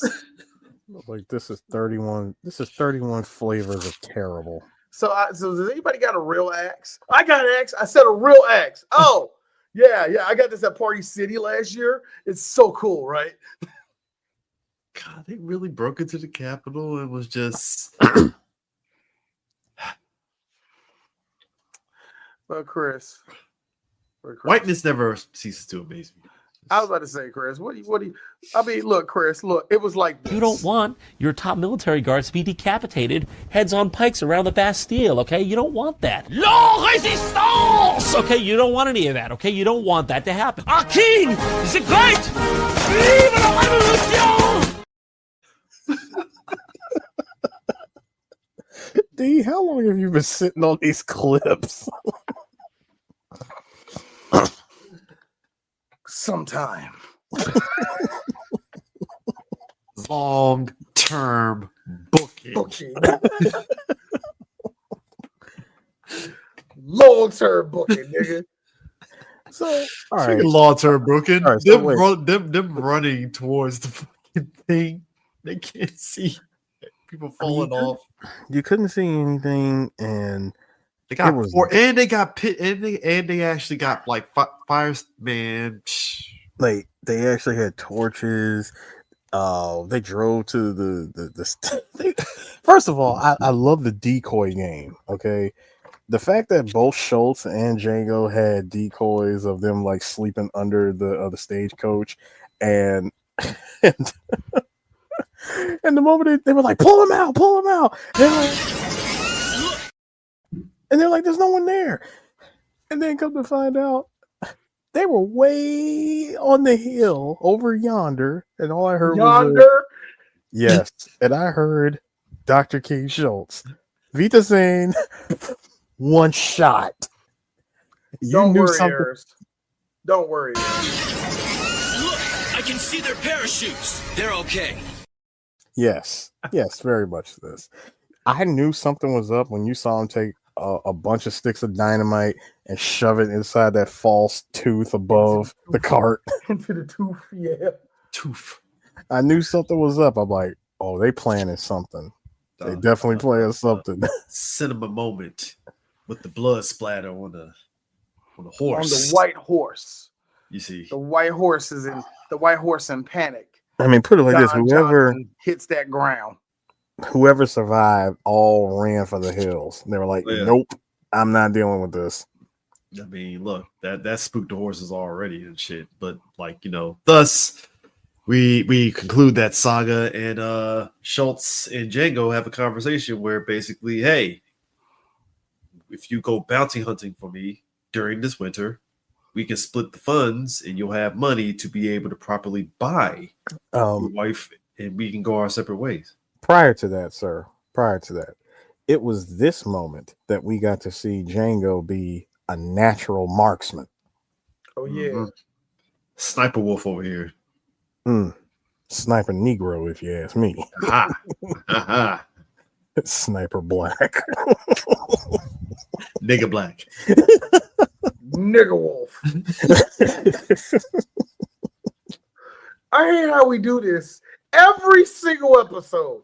So please subscribe to all of our content. Like, hit the like button, hit the notification button. Don't forget, 3 Bad Geeks love you, and we love donations of $1 or 50 cents or say you like say you think our balls are big. Come on, we ain't asking for much. You said nigger wolf, and we really did get nigger wolf. Well, look at Solid 4. We did. MGS4. Crying, but still crying nigger wolf. No, hold on. Crying, and one of our white followers saying she was a nigger. I didn't mean it like that. I didn't mean it like all right, Chad, chill. All right, all right. Hey. Look like that one white girl. Hey, Lisa, bring it in, Lisa. I mean, you're like, come on. I know your husband is my color, but smooth it in. All right. She made a very compelling weeping Negro. Hey! It's 10:30, Susan. Go, come on. Get Jaden and make sure he's in bed. Anyway, I like how every white girl wanted a mixed baby and called him Jaden. That is amazing. That is such a hive mind. It is nasty to me. There's a specific hairstyle for a Jaden. Oh kid. Man, you can't have all the way nigga naps and be a Jaden. Nah, it has to be that curly flowing hair. So the Mahomes special, what you're saying? Yeah, you have to be a Patrick Mahomes, or at least a Drake, lookalike. One of the you also have to be pale. You also have to be as ambiguously light skinned as possible. Put it this way: you're one of those niggas. Tony Prescott, if you will. Nah. Look. Put it this way: you're gonna look when you run and it's cold outside. Your nose get like a little bit red. You know how white people's nose get fully red, but black people who are like just the tip get red and nothing else. Captain Winter, you win, sir. Here's the thing. There's a subgenre on the. I was about to say thank you. That. Yes. And let me tell you something. Full disclosure. Hold up, Harris. Full disclosure. The lady cops. Look, full disclosure, y'all. This is what happened. Sarah J. Yeah, nigger. Keep going. Now here's me. Yeah, I think I had enough of her right now. Hold on. Flip side, y'all. Gianna Michaels, nigger. We'll be back in business. Cowabunga it is, baby. Hey, keep an open mind is what the Wade says. Understand one thing, dude. It's first of all, it's the trash talking queen Gianna. Only she can get away with that. That's what I'm saying. Sarah J called me the N-word. What up? It's like we're ready to box. I'm ready to box. Hey D, what if Laura Phillips called you that? I'm slapping it because I know that's what she like. Gianna Michaels is unhinged behavior. Jesus. She's very unhinged. He's like this. Mad chocolate. Yeah, thank you. That I laugh. seen Gianna Michaels literally. I see her literally get DDT by Rico Strong, and she laughed and immediately flipped over and hiked it up in the air, ready for more. She turned into a staff barbershop in there. We don't talk. We don't respect the blackness of Gianna Michaels. We don't make white women like her a lot. We don't. Italian pog. That's a white girl that know how to play I would like spades. to imagine Gianna. I would like to imagine Gianna selling a DDT. She sold it. One of her boobs hitting her in the head. I like how Gianna Michaels have a positive track record with black men and yet a negative one with white guys. It's hilarious to me how that worked out for her. Gianna, what, the one that used to spit in black dudes' faces called a nigga? Yeah, she was hot. I don't know whether that's the slave in us that's hot. I think that's hot or what. Question. I don't know. Like, all right, let's just be real. Since we're talking about that industry, you can, much like sports, you can still see the slavery tropes. Yeah. And I'm not talking about yes, man, saying you just bang her and shit. No, we're not talking about that. I'm talking about big, brooding, big black guy, dick this long. You know what I mean? Like a tiny white woman. Ooh, ooh, ooh. Well, those tropes existed forever, young, and it really got really bad in America during slavery time because it was weird. White men was like, I'm not going to let that happen to my Cindy Lou. And white women was like, hey, Buck, why don't you come over here and talk to me real quick? And thus, look, hold on. 2 hours later, he raped me. You do that, Buck? No, I didn't do it. She told me to come in here. You lying nigger, pop. and from that day on, white women learned all they had to do was say the black guy did it. Now you know American history.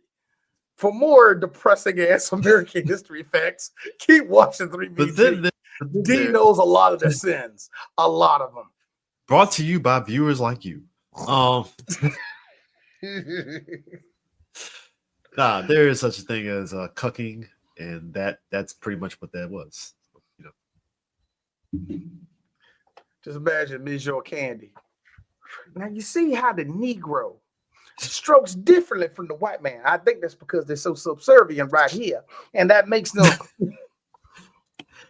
Dude, there are actors. Okay. There are white actors that we talk about. I like how you had to straighten that out somehow. Yeah, we got to get that corrected. There are white actors that we talk about where they play the role of racist so well. You're like, you sure you ain't racist? Leo was that guy. Leonardo DiCaprio. To give Leo his credit, I'm gonna say this about Leo: while he was down for the cause to play the character, oh yes, it was his lines and the fact that he had to say the word like nigger so many times.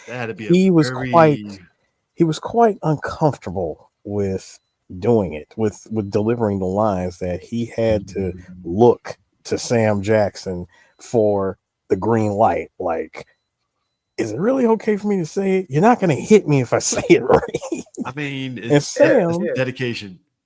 And Sam, of course, me and Sam, nigga, if you don't hurry up and just say it and get it over with. Yeah, be an actor. Like, be an actor. Say the line. I mean, yeah, it's just. I think, you know, to be honest with you, I think. Come on, man. I'm like, come on, man. I spent Christmas at your mama's house. All right.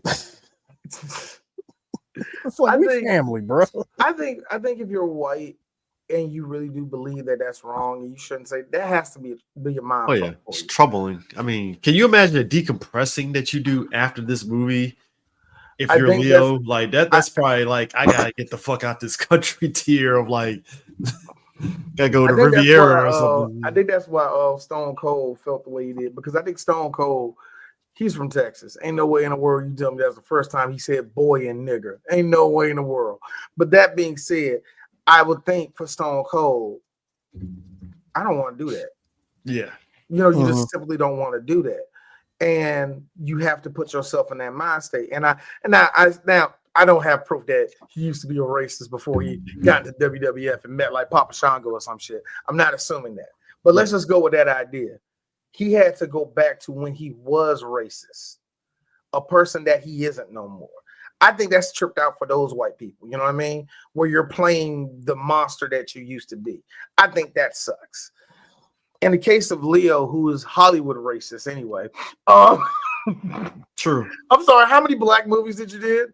Besides Harold Perrineau in Romeo and Juliet, how many black actors have you acted beside? Yeah, exactly. Digimon Hudsu. Yeah, y'all can't want. Yeah, there's another one, but still. That being said, though, Leo, you are not exactly Bernie Sanders. Shut the fuck up, okay? Just say nigga. First off, Leo does not have the impressionable swagger of a Jewish guy. First off, that's what I'm saying. You're not Donald Sutherland who marched with black people. You're not a figure, a white person that's legit one of the figures that want to stand up for justice and all the rest of that. You're just a liberal white guy that really wants to align your politics to I'm one of the safe ones. Let's not sit here and think that your ideals is just like Malcolm X or Martin Luther King. Shut the fuck up. That's not true. Like, be an actor. Just say it. And that's really where it lands at. But a lot of actors, and that, come on. We talked about Team America. A lot of actors get a big head. I'm not racist. I'm not racist. I'm not racist. Matt Damon. I'm not racist. They love doing crap like that. Like we're all holding hands and we're all united and shit. It's like, shut the fuck up. Yes, across America. You hit your time. Look, if a black dude, you mean to tell me that a big black dude comes across your way, steps on your feet, keep walking, what's the first word that's gonna hop out your mouth? Big black motherfucker. Exactly. Shut up. I don't want to hear that. Nah, like, them meeting Calvin Candy though, that whole thing of that Calvin Candy. The Candyland, if you will. The meme of turning around. Oh man, yes, that. What I liked about it was the amount of smoke that came out of his nose when he dipped his head down. So yeah, we already talked about the Mandingo fights and how they might have been real, but also I wouldn't say they were. Also of note, we have a dark chocolate woman at the bar who is Calvin Candy's side chick, more or less. And so we just showed her, and that was it. Well, we just know she's the house nigga. Yeah, clearly. Yeah, I know. Clearly. You want to know how I knew? She had the best dress, and that's all you need to know. Hey, that was a black woman right there, nigga. that's a bougie ass black woman. So what's your name? Damn, you talk pretty. What's your name again? What? That sound French. That's the type of slave she was. She talk real pretty. That's a bougie ass black woman that would vote Republican. I know you wasn't talking to me, Calvin. That's when you know you that comfortable. Pretty much. She was woo. I mean, that is yeah. And speaking of comfortable, not Candy. Schultz was right. You're gonna have to play the part. And as much as I hate, and Jamie did the right thing. Django did the right thing, where he's like, "What you mean? Like you need to be a slave master?" He's like, "Hold up," because even us black people, even to this day, we even say that there ain't nothing worse than a black man who gonna sell his own people. No, hell no. He said, "Listen." He said, "Listen, let me tell you something. It's one thing to be the house nigga. Mm-hmm. Like house nigga is one thing. Ain't nothing lower than a black slaver. Ain't nothing worse than that. Ain't nothing worse than that. Now, want me to play that? Now, I'll fill y'all with something that's gonna fuck y'all heads up. That was one of y'all ancestors. Oh, yeah. There's quite a few of us that came off that tree. That our great grandfathers was that nigga, but he was free though. And he wasn't like the rest of these niggas. Now, if that trickled down into y'all still being a Republican family, that's deep as shit. But still, yeah, that's a very real thing. those guys, they were very few in number, but they existed in America at the time.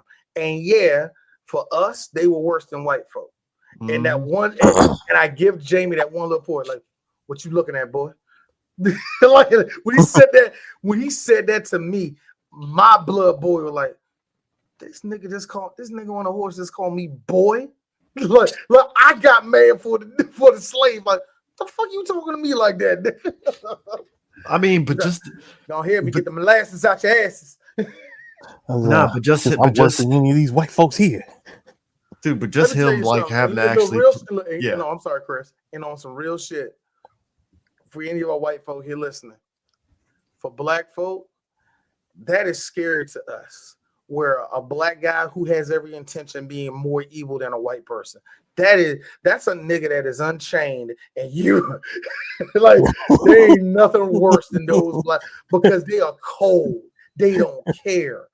They ain't and I'll be real with you. They still exist, but they very few and far between. D, you said it. What? That is a nigga that is unchained.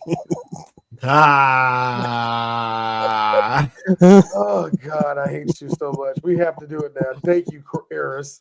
Thank you. I said that nigga is unchained. There it is.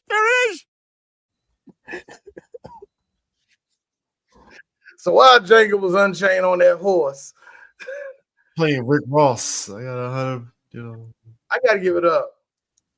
I like the fact that we went from that one Western guy that always says he's a hunting on the range, those dudes, and then you get Johnny Cash, and then you get some other almost Ennio Morricone sounding song. Then all of a sudden, 40 acres in them, you ain't enough for me. Oh, a little bit pepper. And here's the worst. Thank you, Chris. Rose.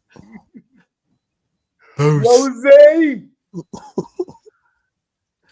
Let that music playing in the back, baby. You know what it is. Lubella. Look at the sauce, baby. You want to chill. Most overpriced ass fucking liquor.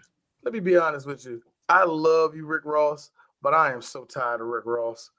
Oh, I am so tired of this nigga. Dude lost 50 pounds of eating pears and shit. I like how this motherfucker said, I'm going to diss Drake. And basically said, white boy, 1,000 times. I like how this dude lost weight, a lot of weight, and said, yeah, I was walking around, I did what I had to do. It's like, hey, yo, Rick, we already know what Ozempic is. You're not fooling nobody. Probably worked out a little bit. No one. I'll give it up. Rick keeps the gut off kept the gut off way better than Busta Rhymes goes Ozempic 1 week. And it was like, yeah, man. So, I'm down to my weight. Let me get them oxtails. Let me get 5 chopped cheeses. I can eat that shit now, man. I'm smaller. This is the real function right here, my nigga. We about to collaborate something real special and epic right here with this food I'm about to eat and gain all of that plus 10 pounds back. 5 chopped cheese, those are squizzard. But just that whole sequence of him and Walter Goggins going at it and shit was fucking hilarious because Walter Goggins, our patron saint of white man that knows how to be racist. Our patron saint of racist white man. So what? It's just him and Michael Rooker and no one else. That's good. Like Michael Rooker was doing it. Michael Rooker did have the market corner for a little bit on that for a second. But Walter Goggins, nothing against Michael Rooker. It's a better actor than you, Mike. I'm just gonna be real with you, and that's not even me trying to say that you suck. But Walter, when I saw him, I'm like, oh, Quentin just want to squeeze him into the movie. I'm all for it. Hey, he's like you. We said when they both drew guns on each other or some shit. He's like you a fine nigga boy or whatever. No. Well, I got the moment for you right here. You better listen to your boss, white boy. Oh, I'm gonna go walking in the moonlight with you. You want to hold my hand? I love the line later. They're like, all right, niggas, let's get a move on. That means you too, Moonlight. When he said that, my black soul. Keep talking to that nigga. Keep talking to the hillbilly. Keep talking to him. Talk that. No, what your girl said? Talk that sass, nigga. Talk that sass. First of all, when he, the fact that he got off the horse just to walk up to old Hoop and yank him and the horse off, dude, that's some shit. That's like dragging somebody out their car. Yeah, pretty much. Here's a funny thing. Do you know how many slaves knew how to do that? Just snatch somebody off a horse. See, here's a little trick the white man don't know. It's like, ah! Boy, he pulled that gut out of them white folk. Boy, look. The second he threw that horse on top of that, he pulled his gun out. All of it.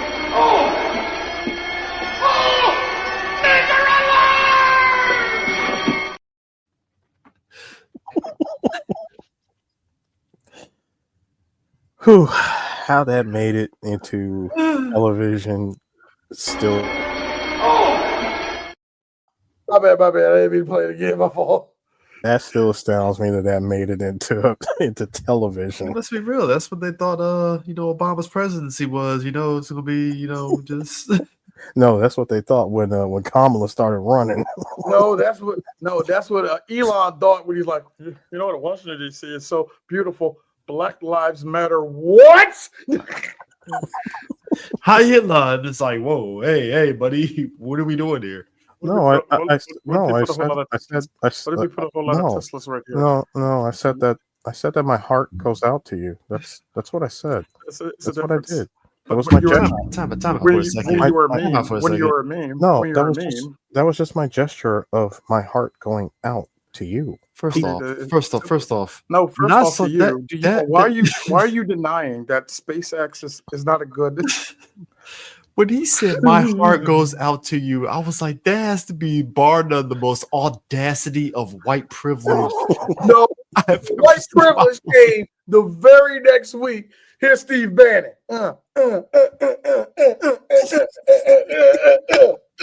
You just come on. I got y'all. And I can't take this shit no more, man.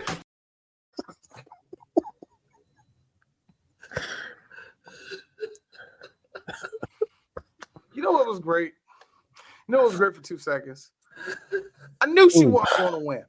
I told this to Eris a couple times, Chris. I said it to D that she wasn't going to win. I knew Kamala wasn't going to win. But you know what I like? I like? Remember after the debate that her and Trump had, and there was that 4.5 seconds that we all felt when she read Trump like filth, and he was like, they're eating the cats, they're eating the dogs. That moment was just like, oh, you got beat. And I knew, you know what I said? Oh, bitch, you sold your fate. You know the white folk ain't gonna get you now. They are not gonna pick you. You beat up on the retarded kid. Yeah, you pretty much embarrassed a boy. I'm like, listen. Here's the thing. White people love white on white crime. They just don't like black on white crime. No, wait a second. Because what we saw was I can't breathe. No. What we saw was it was 2016 2 Electric Boogaloo, Political Boogaloo, where the moment Political Blue Boogaloo, where the moment that Kamala. Hold on a second. What? Shit. Oh shit. All right, that being said, this right here. Now, I don't know how true this is. But that is one of the most Quentin Tarantino things to say. It really is. Yeah. You see, he's actually a great grandfather. That sounds like something Tarantino would say. There's a lot of nigga nobility. This is etched into our bloodline and shit. Yeah? And obviously, it's a Quentin Tarantino movie. He has to get his favorite stunt girl, Zoe Bell, play one of the gang one of the people for the gang that works for Calvin Candy. You always get the same people. Like you see a bunch of the same people in here. James Remar was in this movie. There were two Carradines, two of the Carradine family in here. Michael Parks, his son was in. Michael Parks' son was in the movie also. Usually, you'll see like a Bruce Dern or somebody else. I'm missing the other usual actor you always have in these movies like this.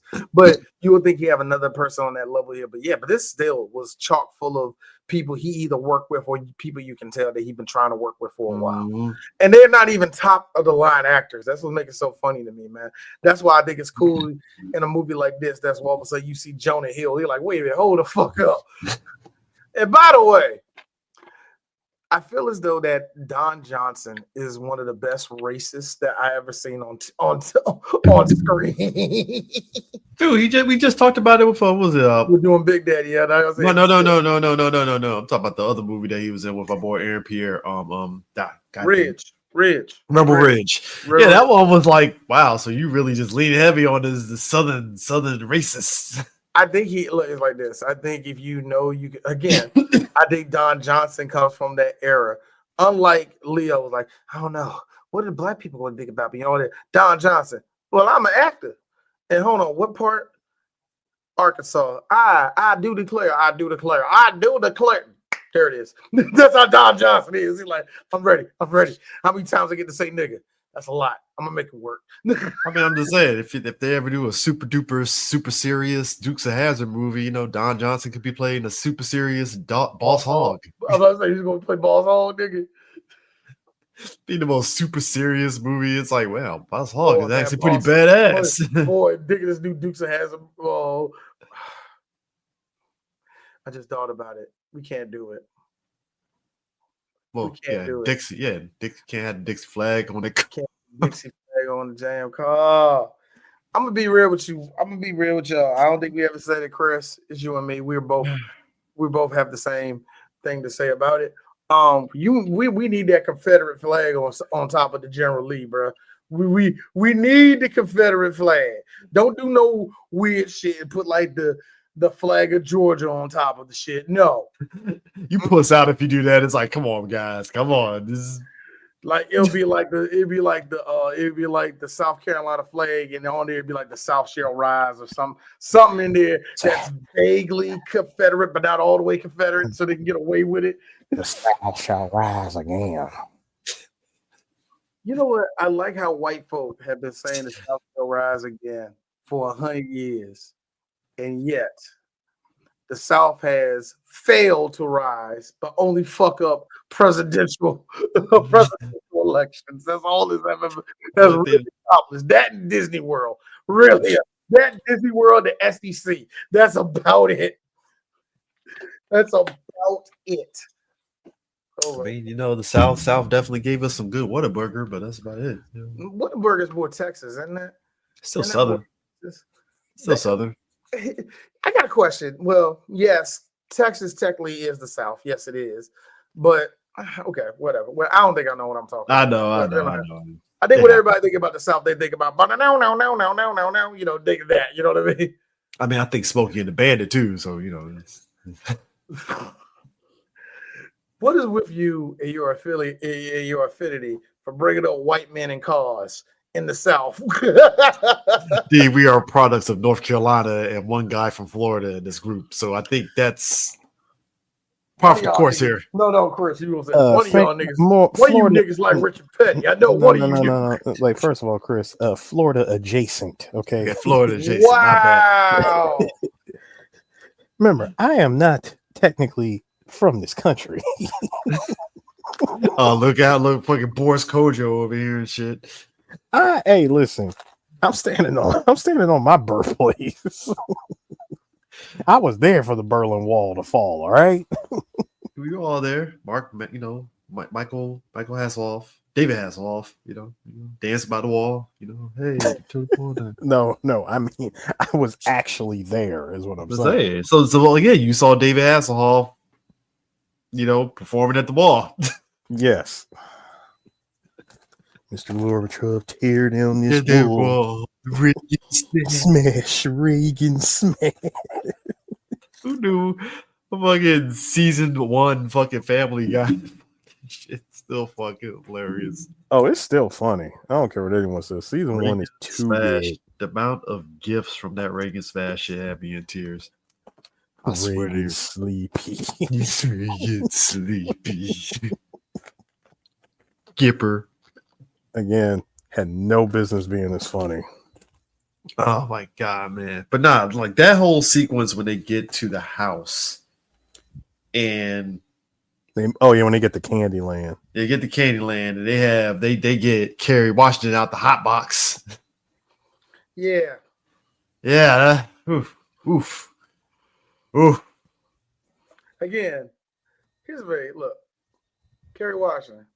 I think you're a very, very pretty white. I think you're a very pretty woman, but I think you fall into the strange looking box for D. Hold on, stop.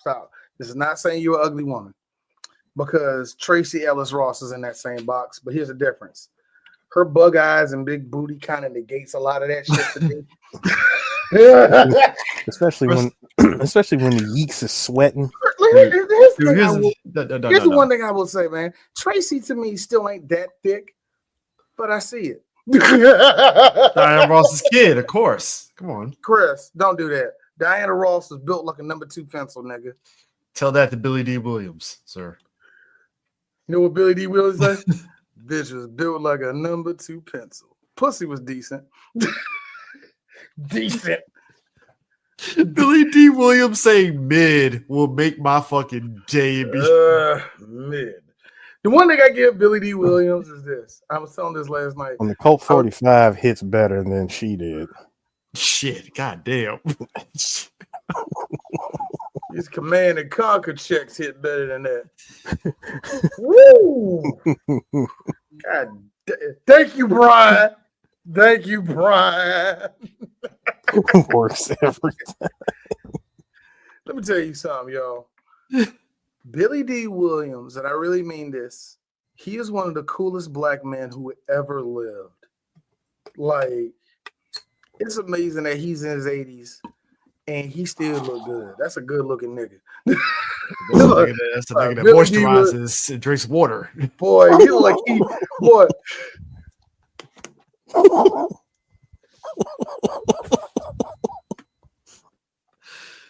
Alkaline and shea butter every day.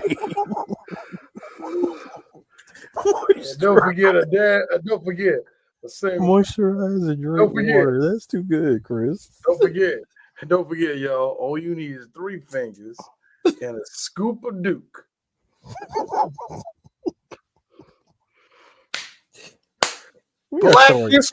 Black history is every day. Habibi firebombing got a missile to. If them robbers come through, then I. We are showing our age with that one there, D. Dukes. Still got the OG 1938 That's the age of what? No, I'm just saying, 3 fingers? He still got the 1938 tin of Dukes. I was just mentioning, and y'all got uncles from the South that held on to that tin of Dukes way longer than what it was. Still a little bit in there. Hold on, you see the blue grease, but you see like red grease in there. Like, how did that contaminate? Like, what happened? What crossbreeding happened in this? Gotta be real. Them chemicals back then weren't trying to kill you compared to today. No, I call bullshit. Dukes Dukes all the way up until 19. It had asbestos in it, and you know it. Hey, asbestos didn't call me a nigga, so you know. I like, hey y'all want to hear Chris's that is Chris's bottom line, which I keep telling him, you keep letting evil white people through that door because they didn't call you the N-word. And yes, Chris, he didn't call me a nigga. I get it. But the candidates you keep letting through this door. It's not Dukes. It's a can of Murray's. Dukes. Hold on, Tevin. You gonna agree with me? How old are you? That's how it is when it comes to the Dukes. What year was you born? Hold on. Which Keith Sweat song was a hit when you was in high school? That's how you can tell the versus of the grease. Rice, man. Black hair care products, crazy, man. I like how black people. I love this. Cream of Nature has the black community in a chokehold. I'll just say that much. But to answer the question earlier, gentlemen, what's Hildy doing in the hot box? Well, what do you think she's doing in there? She being punished. Like, well, what'd she do? She done ran off again. Again? Like, Jesus, Stephen, how many people ran away while I was gone? Two.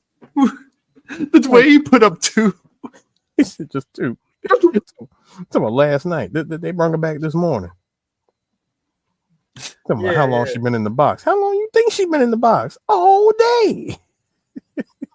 Dude, she got 10 more days to be in there too. I'm like, Jesus. Dude, that is some next level like terrorist torture. That I'm surprised the CIA hasn't used. Oh no, the CIA has used it. It's called Guantanamo Bay, Chris. Come on, quit underestimating the gangster of the Lale Lule Low. Come on, and being inside of a hot box, boy, you ain't never in your life wished that the sun would hurry up and set. And then you got a white woman that's walking past it every now and then. Oh my goodness, so hot! This Delta heat is so hot. While carrying the world's biggest... I'm going to wilt like a flower on a summer's evening. While fanning herself with the world's biggest fan. Gotta be honest with you, Calvin. Look, her servant beside her. How can I smell this bitch's feet? And she got shit on it. Let me tell you something, white folk. There's a joke that's gonna come up later. And I know there's a white person that's like, wait a minute, that sounds like modern day talk. It didn't sound like a slave would talk like that. Let me tell you something. Black folk, we always held the ability to slip into your language and speak like y'all. So don't do that shit. Number two, Steve is a good example of a dude that's allowed to talk his mind and all that shit. And yeah, I will get this to Steve, y'all. I say give it in the fact of it's something that's very interesting. Steve wasn't stupid. Yeah. Steve was not stupid. Yeah, stupid at the end of the day, because what was the point of even he know who that girl is. Yes, he do. It's like all that bullshit. He know who Broomhild is, all that bullshit. It's like, nigga, what? Why are you stirring shit? You don't even know the full story and all the rest of that shit.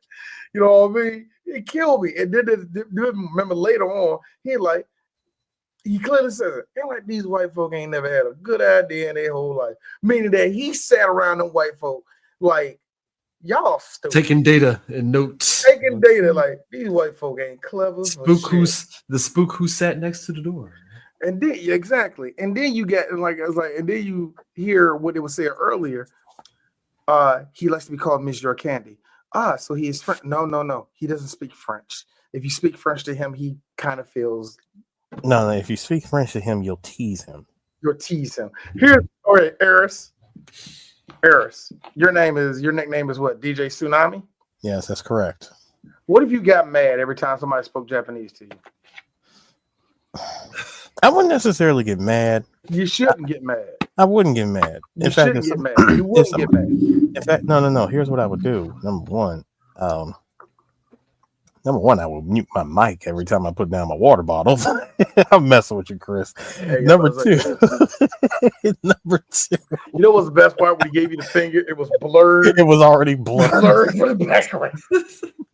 Tell me, what was the 6-digit code for that movie, Chris? Anyway, no, what I would do, it's like he looks like the alien on the other side of the window in Independence Day. With the No. But if one were to do that, I would listen to the enunciation, if you will, because if you're coming at me and if you're coming at me with some phonetic sound in Japanese, I'd be like, nice try. Konnichiwa. I'd be like, keep studying. No errors, do it right. Keep studying, nigger. Yeah. You have to say it like you're walking past them. No. See, Japanese anime shonen shit. Like, no, I would be a lot more. I would actually be more mean with it and say, keep studying, weeb. So what you're saying is you'd be like when Hiro told Relina, "I'll kill you." Did it? I will take that invitation and rip it in half. That rip is face. Like on some like, yo, like that's some like I don't like you. My sister. My sister didn't keep watching the show when she found out that he didn't try to kill Relena after that. She's like, oh, he a bitch. And she stopped watching Gundam Wing. I'm not even joking with you. Your sister was bringing up very fair points here. I mean, while the points are fair, the more you watch the story, the more you understand why he didn't do it. I'm going to tell you, now here's the funny thing. D, you're a film critic. Yeah. And you say you got it from your parents. Yeah. So how's your sister? My sister is the most, oh my God, get to the point, ass nigga to be with in a movie theater. So what are you doing all this for, D? Can't like, hey, sis, it's called the build up. Well, they need to build it faster. Like shit. Bitch, where you gotta go? Say, where you gotta go? She would literally be fucking probably just crazy watching Dune. Like, so what's going on here? They're going after spice. What's spice? No, why is there so much sand everywhere? Hold up. You want to know something sick? My sister doesn't fuck with anime like that. She has to know it because her son and I think one of her daughters like it. And so, but she don't care about it. She don't care for it at all. She loves Akira. Of course she does. Oh, my sister loves Akira. She thinks the shit is awesome. She thinks that movie is beautiful. She loves that movie. So that kind of gets me. So here's my problem with that then, D. A movie like Akira, which is well over 2 hours long. Mm-hmm. You put her in front of another movie that's just as long, and she'd be like, oh my God, why ain't they hurry this up? Okay, let me straighten it out because I ain't trying to play my sister like that. But let's put it this way. We know the movies, y'all. We know the type of movies I'm talking about. When I tell you this. Imagine you watching a basketball game and it's the end of the first quarter and it's 12-20. Oh my God. What are y'all doing? Is y'all playing defense? Nobody's playing defense? What the fuck is y'all doing there? Why you taking so long? She hates bad pacing. She hates bad pacing. So in other words, the Super Bowl this year. Uh-huh. My sister hates bad paced movies. Mm-hmm. She can't stand that shit. And even if it's paced properly, the story better make sense because there have been plenty of movies when my sister owned the Babysitters Club, and she's been famous for saying this. I fucking hate that movie. That movie was the most nothing burger ass fucking movie ever, and I watched that shit. Oh my God, my sister, she hated that movie so much. My mom got it for her for like a birthday or some shit, and she watched it a couple times. She's like, the black girl only got like 2 lines, and I don't like this movie. I thought the damn Crooklyn chick was gonna be big. Nope. Yeah, they ain't do shit with her. They told her not to say shit in that movie. Say a Spike Lee joint. Hey, listen to us. 40 acres and a mule. Listen to us, Laquana. My name is Zelda. Whatever, Zanene. Look, bro. Like, you know what I hate about white folk? Y'all make fun of all of our names, but know how to phonetically say Zendaya. Fuck all of y'all, for real. Fuck all of y'all. Well, you know, she's married to Peter Parker. You see, yeah, she was and they thought she was white the first time they seen her. Let's just be real. Let's just be real. They thought Zendaya was white until they saw that name. They're like, oh. No. They thought she was very welcoming until she said Black Lives Matter, and they're like, oh ho, whoa there, buddy. Hey Chris. She married a white dude from England. She don't believe in that shit. You know. First off, that is Spider-Man. You will put some respect on this. Hey, look. Ain't my Spider-Man. Peter Parker. Ain't my Spider-Man. Miles Morales, my nigga. Like I said, ain't my Spider-Man. Hey, look, dog. Not my Spider-Man. Not my Spider-Man. Not my Marvel University. My Spider-Man belongs to Sony. My Spider-Man ain't no nigga. My Spider-Man said, yeah, fuck my wife. I gotta keep my elderly aunt alive. That was my Peter Parker. And y'all took him away. My basic dumb Peter Parker. Y'all took him away from me. Speaking of which, Do you feel there was definitely incest with Calvin and his sister? I'm going to say no. I'm going to say no too. I'm going to say no, but I will say this. Okay, real quick. When it comes to the world of F1, Chris knows the person I hate the most is Lance Stroll. He's a rich fucking douchebag. I hate him so much. Got these big caterpillar eyebrows. I fucking hate him. He's a rich boy that is like straight up. Imagine Donald Trump if he knew how to control a car. That's kind of what he is, okay? Yep. So he has a sister, objectively hot, but looks just like him. Everybody has this theory. Oh, they fucked. Rich people, for whatever reason, you can just tell where it's like, y'all bang. See, from my understanding, her sister. I'm not saying, look, it ain't nothing. From my understanding, from my understanding, I do believe the sister is also widowed. Yeah. Hey, Harris, are you slamming your sister, nigga? Again, none of my business. I'm just asking a question. But you know what's crazy though? It's like we sit there and talk about like white people incest, which yeah. But like you look at like black people, what is it like the whole thing of like, well, they're only the fourth cousin, so we're not really blood related. It's like that's I like how black people no. Black people, we do this move.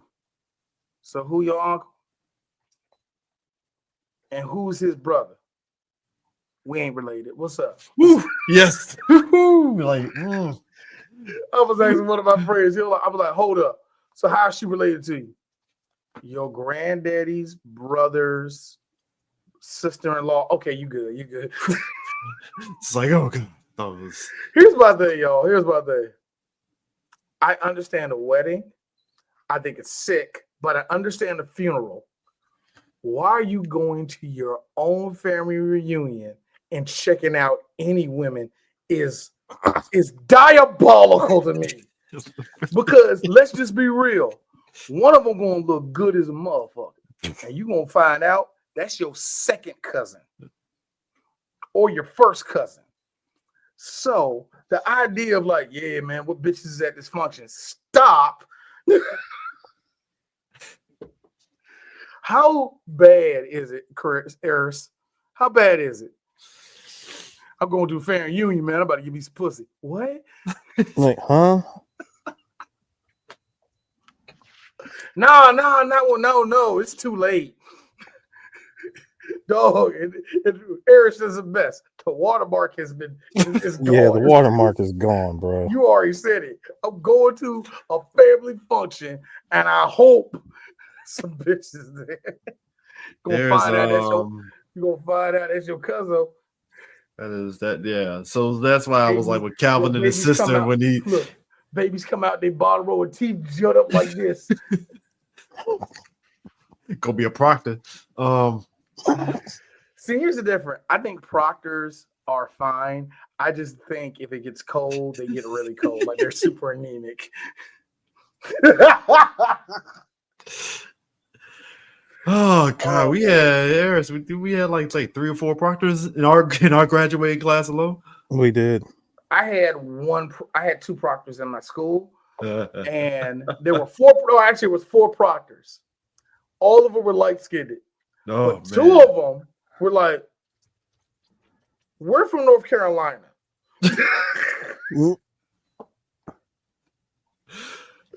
All I'm saying is, so that told me. They went on you and you did research to know who the fucking proctors was. You were like, whoa.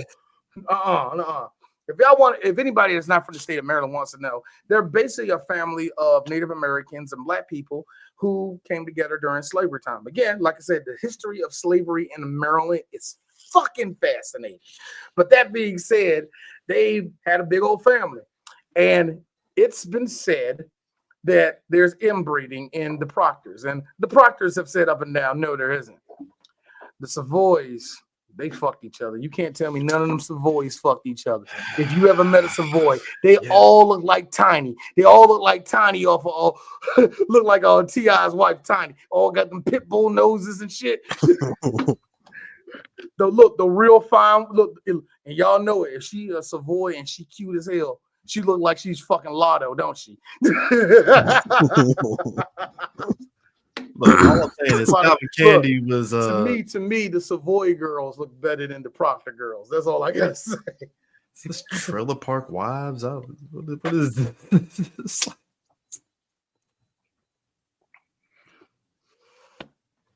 Came close, I'm gonna spit all that out. All I'm saying Came is close. Calvin was somebody that was very overly excited to see his sister. I'm like, I don't know, dog. He just loved his sister. I mean, I was gonna say, no, he just. I mean, let's really think about it. When she's pretty much the last of your family. Mm-hmm. Yeah, that is true. That is true. Where's my happy sister? Where's my sister? Like, y'all. Oh, yeah. D, do you miss your sister every day? Would you do that to your big sister? No, me and my big sister fought like Ichigo and Ichigo's dad. Yeah. So I mean, I'll be chilling, my sister come out of nowhere, clothesline. What's up, D? I love you, brother. Bye. Step on me and walk on. But there's a couple of things. We had an abusive relationship. D comes back in the room. Helicopter. That will forever be one of the funniest lines out of Breaking Bad. Helicopter bitch. Helicopter bitch. Anyway. Line delivery. Most unintentionally funny line ever. The whole show was an unintentional funny ass line, though. Really? like the good Bob Ross said, happy accidents. Happy accidents. Very much so.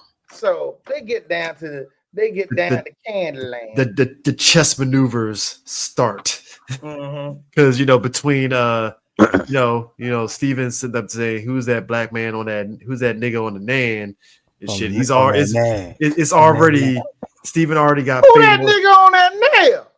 He already got fade on sight with Django off rip. Boy, I love that look because we all seen that look from old black men who don't like any of you, who they just got that look. Get off my lawn. Stay that off my is lawn. Pure. Get off my lawn. That's what that is. Where's the picture? Where's that picture? That's pure stink meaner from Boondocks energy. Know what that is right there? Look at all y'all niggas. You know Kamala ain't even black. You know that, right? Fucking Uncle Ben's Rice. Fucking. I mean, he really had that look because angry Uncle Ben, and it's very much so because he saw Django on a horse. Nigga. I guarantee that if Django was walking next to Dr. Schultz, wouldn't have heard a peep. Wouldn't have heard nothing.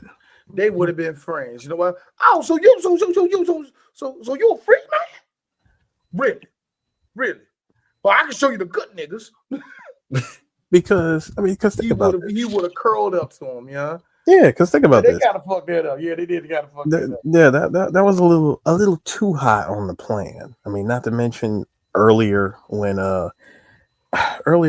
D'Artagnan was about to get ripped up by the dogs, but prior to that, Dr. King was like, he was talking with Candy, and Candy noticed, how Django was, doing his thing, acting, right? Mm-hmm. And he said, he sure is a rambunctious sort. Yeah, he is. Might we take a pit stop so I can, put a word in my colleague's ear, on a business strategy really quick. My man had to sit down with him and told him, look, it is Broomhilda. She's at Candyland. Now, listen, you need to stop provoking him. Stop antagonizing Candy and stop stop getting he's like, dude, stop getting carried away around these poor slaves. I seem to recall a man who had me shoot a white man in front of his son just to get things done. And didn't bat an eye. And didn't bat an eye. It's like you're already in it. That white man, you know what that man told me? In my world, you got to get dirty. And guess what I'm doing? Getting dirty. I mean, fair. I'm not playing the clip again. Fair.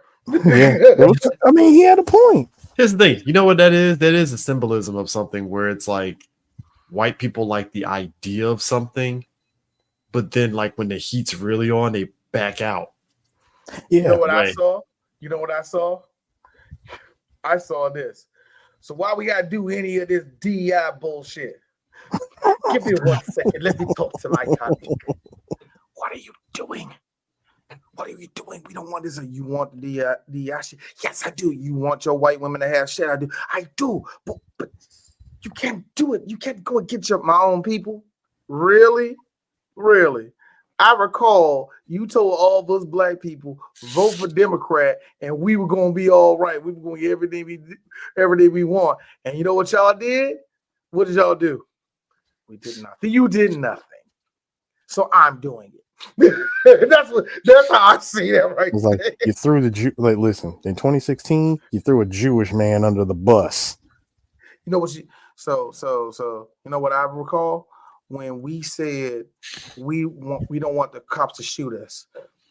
You know what y'all said to us? Do y'all know what y'all said to us? What did we say to y'all? You said, well, we can finally get lynching off the bill now. And again, what did you do? You threw the Jewish guy under the bus and chose to go with the woman who stood by the man who got a Hoover in the White House. You threw all those black women under the bus to make sure those Asian ladies who were getting murdered down there in Atlanta felt more safer. And all you did was made it worse for them. I like that. Look, my man. No, y'all put DI so hard and lost it and didn't realize it wasn't for us. It was for all you lazy ass white women. I like that. Got a Hoover in the Oval Office. I mean, my thing is this. That went over some of y'all's head, but no pun intended.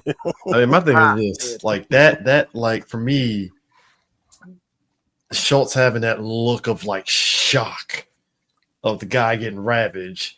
It's like, yeah, it's that. Hey, bro, this is just what it is, you know. And I know, and like I said, Django was just like, all right, it sucks, but when he saw that, he said, he said, your boy seems to be a little green around the gills there. Nah, that ain't nothing. He's just not used to seeing a man getting ripped apart by dogs. That's all. You know, for someone who's in the Mandingo like nigga fighting, you'd think that he would be used to this. He just ain't used to that. Some people see things differently. Like here's my thing though. I still felt, well, yeah. They look. This plan was already shaky as is. You know what I mean? The plan was fine until they got there. Yeah.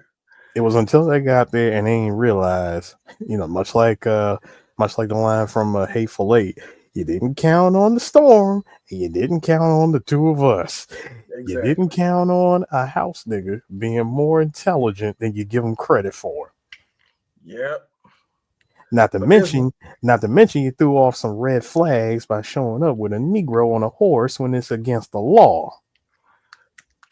For slaves, not freedmen of color. Exactly. But they don't know. But that's the thing.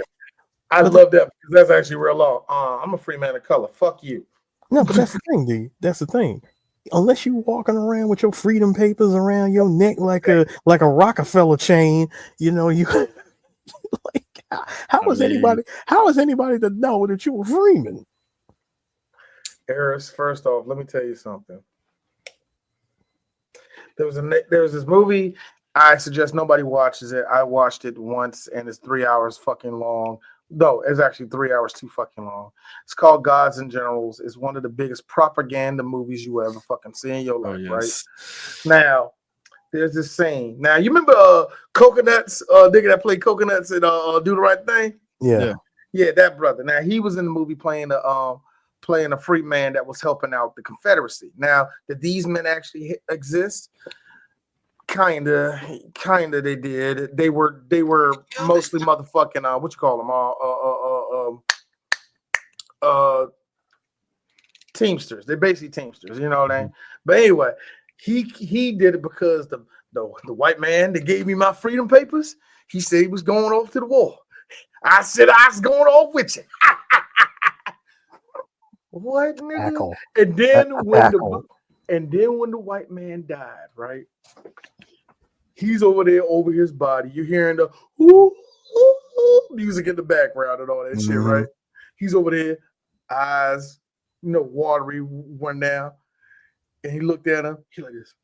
He gave me my freedom papers. Tears. I hate white people so fucking much. Like, Do you know that white people think us being forgiving is us being subservient? No, black folk will do nod and we'll go off. You know what I mean? Oh, This whole this the man that gave me my freedom. I was gonna care for. Shut the fuck up. Ain't no slave about to do that. Get out of here. Ain't no black dude gonna do that. Now, yes, you do have Steves running around it, but they were already house niggas. No free black man is going to be up on no white man like that. That's just so ridiculous. Yeah. So when you said freedom papers, Harris, I got a flashback to a shitty movie. Thank you very much. No problem. But that's No, why I it's said. not. That's why you're here. That's why we're here. That's why we're here for No. That's why I said. That's why I say you wearing your freedom papers around your neck like it's a Rockefeller chain. Yeah. But that shit's dipped in gold, baby. Free nigga. Take the chain, start rocking No, D. Freed, nigga. Freed.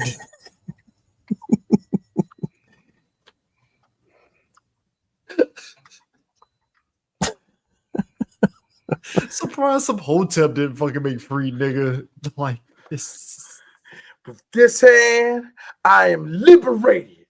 With this hand, I am destruction of not just my community, but all. You see, niggas always a fight now. Yeah, that's enough. The freed is the white man trying to get freedom. Here comes the freedom. Freedom from hold on, because black people love to get deep. Freedom from alcoholism. Freedom from uneducation. Freedom from free nigga. Free nigga wins. If I'm free, you are free. But if I'm a nigga, and that's what look. I love you, Ray Ray. I love you, brother. Real talk. I actually love that scene, and I'm mad I remade it because I love the black man love. I love you, brother. I love you. I feel that, nigga.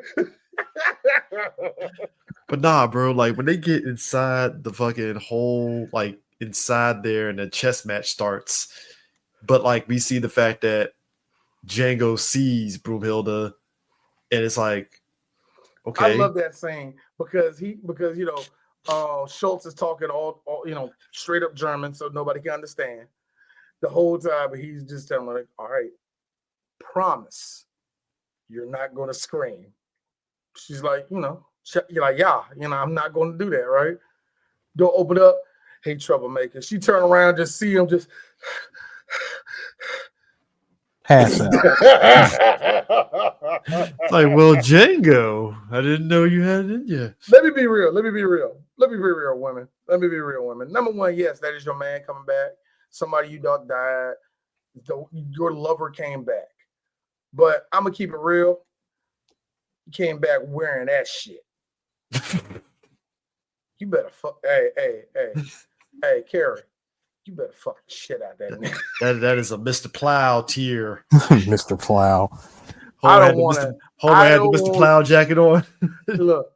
That's the type of love making where when you do it, you start hearing the jungles of Africa all through the motherfucker. Shea cocoa butter. Why does it smell like collard greens in here? What's going on? Why does it smell like collard greens and frustration? Smell like neck bones in here. What are you niggers doing? Well, golly, sir, I didn't think you knew what neck bones was. Well, Miss Core downstairs. There's always a Miss Core. Well, Miss Core downstairs. You can detect. You can detect flavor. You know what seasoning is? Y'all remember? Well, look at you. Look at the ultimate white man. You remember that guy? Y'all saw the video where they were on the news trying Thanksgiving food, and he had like some Cajun stuffing, and he put it in his mouth like, "Oh God, this is so good." And it's like the flavor just hit his tongue, and it's like, "Oh God." You know what I like? I like that black folk got confirmation from their grandparents. I meant to ask my grandma that, but we're getting confirmation from all of our grandparents. What was the first white meal you ever had? So this is what I did. I went over to the blah blah blah little diner, ate them nasty ass waffles. I like how black folk, we all had the same thing in mind. I'm gonna get the white man's chicken. What the fuck is it? Then we put took chicken, put some herbs and spices on it, and bam, it's KFC. Man, ain't no pepper in this thing, man. Hey, man, you got some oregano back there? Why do I need oregano, nigga? You want to make it good, right? Do you know what paprika is? I like how do you know how to read, boy? I like how the Koreans, Your son taught me. the Filipinos, and the freaking Latinos all see niggas again. That's how you cook a chicken, man. they perfected it in a way. In their own ways. Korean fried chicken, I had it. Delicious. Breaded. I love it. Delicious. I still haven't had Filipino chicken. Everybody Filipino chicken is fucking. Whew. I love pollo. Man. I love the way they make it, especially pollo a la brasa. I love how they do that shit. Yeah? Like it's like, there's so many different flavors of chicken. Give me nigga chicken. Here's some Popeye. Yes. Spice. Japanese chicken though. I never had Japanese chicken. How's it, man? Crispy as hell. Oh my God. I like how black folk. Let me tell you something. Can I tell you something? It was summertime of 2014 in Japan. All their convenience stores just happened to open up something at Family Mart. They were unveiling the premium fried chicken leg. Dear God. It was the premium fried chicken leg is probably the most flavorful chicken leg that you're going to get because you're only getting one. Now you can order as many as you want, as long as they got stock. But you gotta make sure we have enough legs of chickens. But the thing is, low key, this is like you literally like. I tear the paper off. I took one bite. The juice, all the juice I thought that came from the chicken itself went directly to that chicken leg, and the bag caught it. And I said, "Oh my God, this is amazing." Tell me you did the fat thing. Oh, ate all the chicken, got the juices. No, I didn't necessarily drink it. However, I did, take a piece from the chicken and dip it. Yes, I did. Yes. To be honest with you, I know that's not a patented nigga move, but that to me that feels like a patented nigga move. It really does. I did that, and much like with the breaded chicken, if you ever go to Family Mart, ask for the Fammy Chickie. The Fammy Chickie is the greatest breaded piece of chicken that you will ever get in that entire country. Point is, I kind of want that food that they were eating at the table when they were discussing black physiology of the Mandingos and all that and stuff, and then and the fact that they knew that he was talking to Broomhill, they're like, what make that nigga so special? See, that's the one thing that always got me about Steve, is that his whole thing was, I'm not going to allow a black man to be over me. I'm not going to allow any black to be over me. You know what I mean? And when he saw the whole buddy relationship to him with Schultz and on Django fucking upset him anyway. Because like, you see this nigga as an equal, the hell is your problem? He's a nigga. What is your problem? Beat him, spit on him, kick him. And that just didn't compute to him that you mean to tell me you can be a free nigga and not have to go, yeah, you ain't gotta do none of that shit, nigga. What you think you better than me? Well, remember, not only did he have to be a white slaver, but then not only did he have to be a black slaver, but he also had to turn around and be a Mandingo fighter expert. Expert. Exactly. I'm a dingo fighter Like, expert. what makes you? What makes you so? What makes you an expert on Mandingo fighting? I'm curious to know what makes you so curious. What you say, boy? Shout out to Butch. Butch with that double barrel shot. James Remar with the double check. James Remar with the double barrel shot. No, say double check because he played two characters. That is true. Yes, he did play two characters. And James Remar, once again, it's the most fucking parlay swap. Just put a mustache on him. Now they'll never tell the difference. To his pure credit, Kurt Russell was too busy. James Remar is one of those white men who fight for black people. I love him. He's in the Warriors, man. If anybody heard about any of the shit he did as far as being somebody that wants to be a positive force in Hollywood when it comes to race relations and stuff like that. Oh, James is with the shits. He's with the shits, and that's why I love James Remar, man. And on top of that, James fucking Remar, he's a great actor. Even when they give him shitty rating, he does good with it. No, he didn't. He wasn't the problem, but he wasn't good. Hey, he did that part. He did those bitching parkour moves with the reptiles. You need to shut the fuck up. You in the parkour, Chris. You need to part with this podcast, sir. Tabo kicks that don't hit. I mean, he did play Alfred to a black man with a black lightning. Gamby. Oh God. Nah, man. Gamby at that point, but we called him Lucius Fox. Me and Chris called him the white version of that. We forgot we called him Louis something. I forgot what we called him. Louis Deer. I don't fucking know. I forget. It was something like that. I forgot what we called him, man. Whatever. No, but I just like that conversation because Broomhilda and like Django are low key kind of eye fucking while she's trying to keep up the facade that she's with, Schultz. And Steve is like, something ain't right. Like, fuck's going on here? Know that girl. You know that nigga, don't you? What are you talking about? Like him? No. Mm-hmm. Come on now. You know who he is, don't you? I'm telling you, I don't know. I've never seen him before. Now, you wouldn't lie to Steven now, would you? Okay. So you say. All right. What we'll see, why won't we? Again, Steve ain't stupid. He really ain't. Again, and I look at this and I say this: all of those black Republicans, a couple of them, but all of them, they're not stupid. They know exactly what they're saying. I'm glad black people finally got to that point. Well, you gotta understand their politics is different. No, them niggas know what they're doing. They want to be on the winning side. At this point, they just want to be on the winning side. Because if they cared, they wouldn't be the way they are. So it's like sometimes it's like, that nigga ain't stupid. He about to set all y'all up. But of course, that scene is one of the famous scenes because, of course, everybody like, well, number one, Leonardo DiCaprio was so haunting in that scene, and he did all that in one take. He busted his hand, and it's like, still kept going. And he actually did cut his hand, and he just added it to the character. And the one thing I loved about that scene is that, and I was trying to show my wife this the whole time. Every time they cut back to Django and Schultz, they had their hands on the table, right? And I was telling her, see, that's a different shot. Now, every time they point back to Leo, his hand was still bleeding. That is not an easy thing to replicate. And also, he's in fucking pain. So every time you seen him talking right there and he has the blood on his hand, which was every single shot that they showed, that was the one take.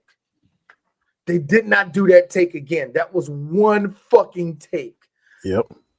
Bravo to Leonardo DiCaprio. That's acting at its finest. I mean, son, not only to bust your hand, severely bust your hand, not severely bust your hand. He cracked it good. His hand was bleeding out. Yeah, he cracked it real good. But it wasn't like, oh my God, super stitches, in the hospital. It was one of those things like, yeah, tell what's supposed to come upstairs. I mean, tell her to switch a cat. Yeah, it's gonna hurt. It's probably gonna all quit.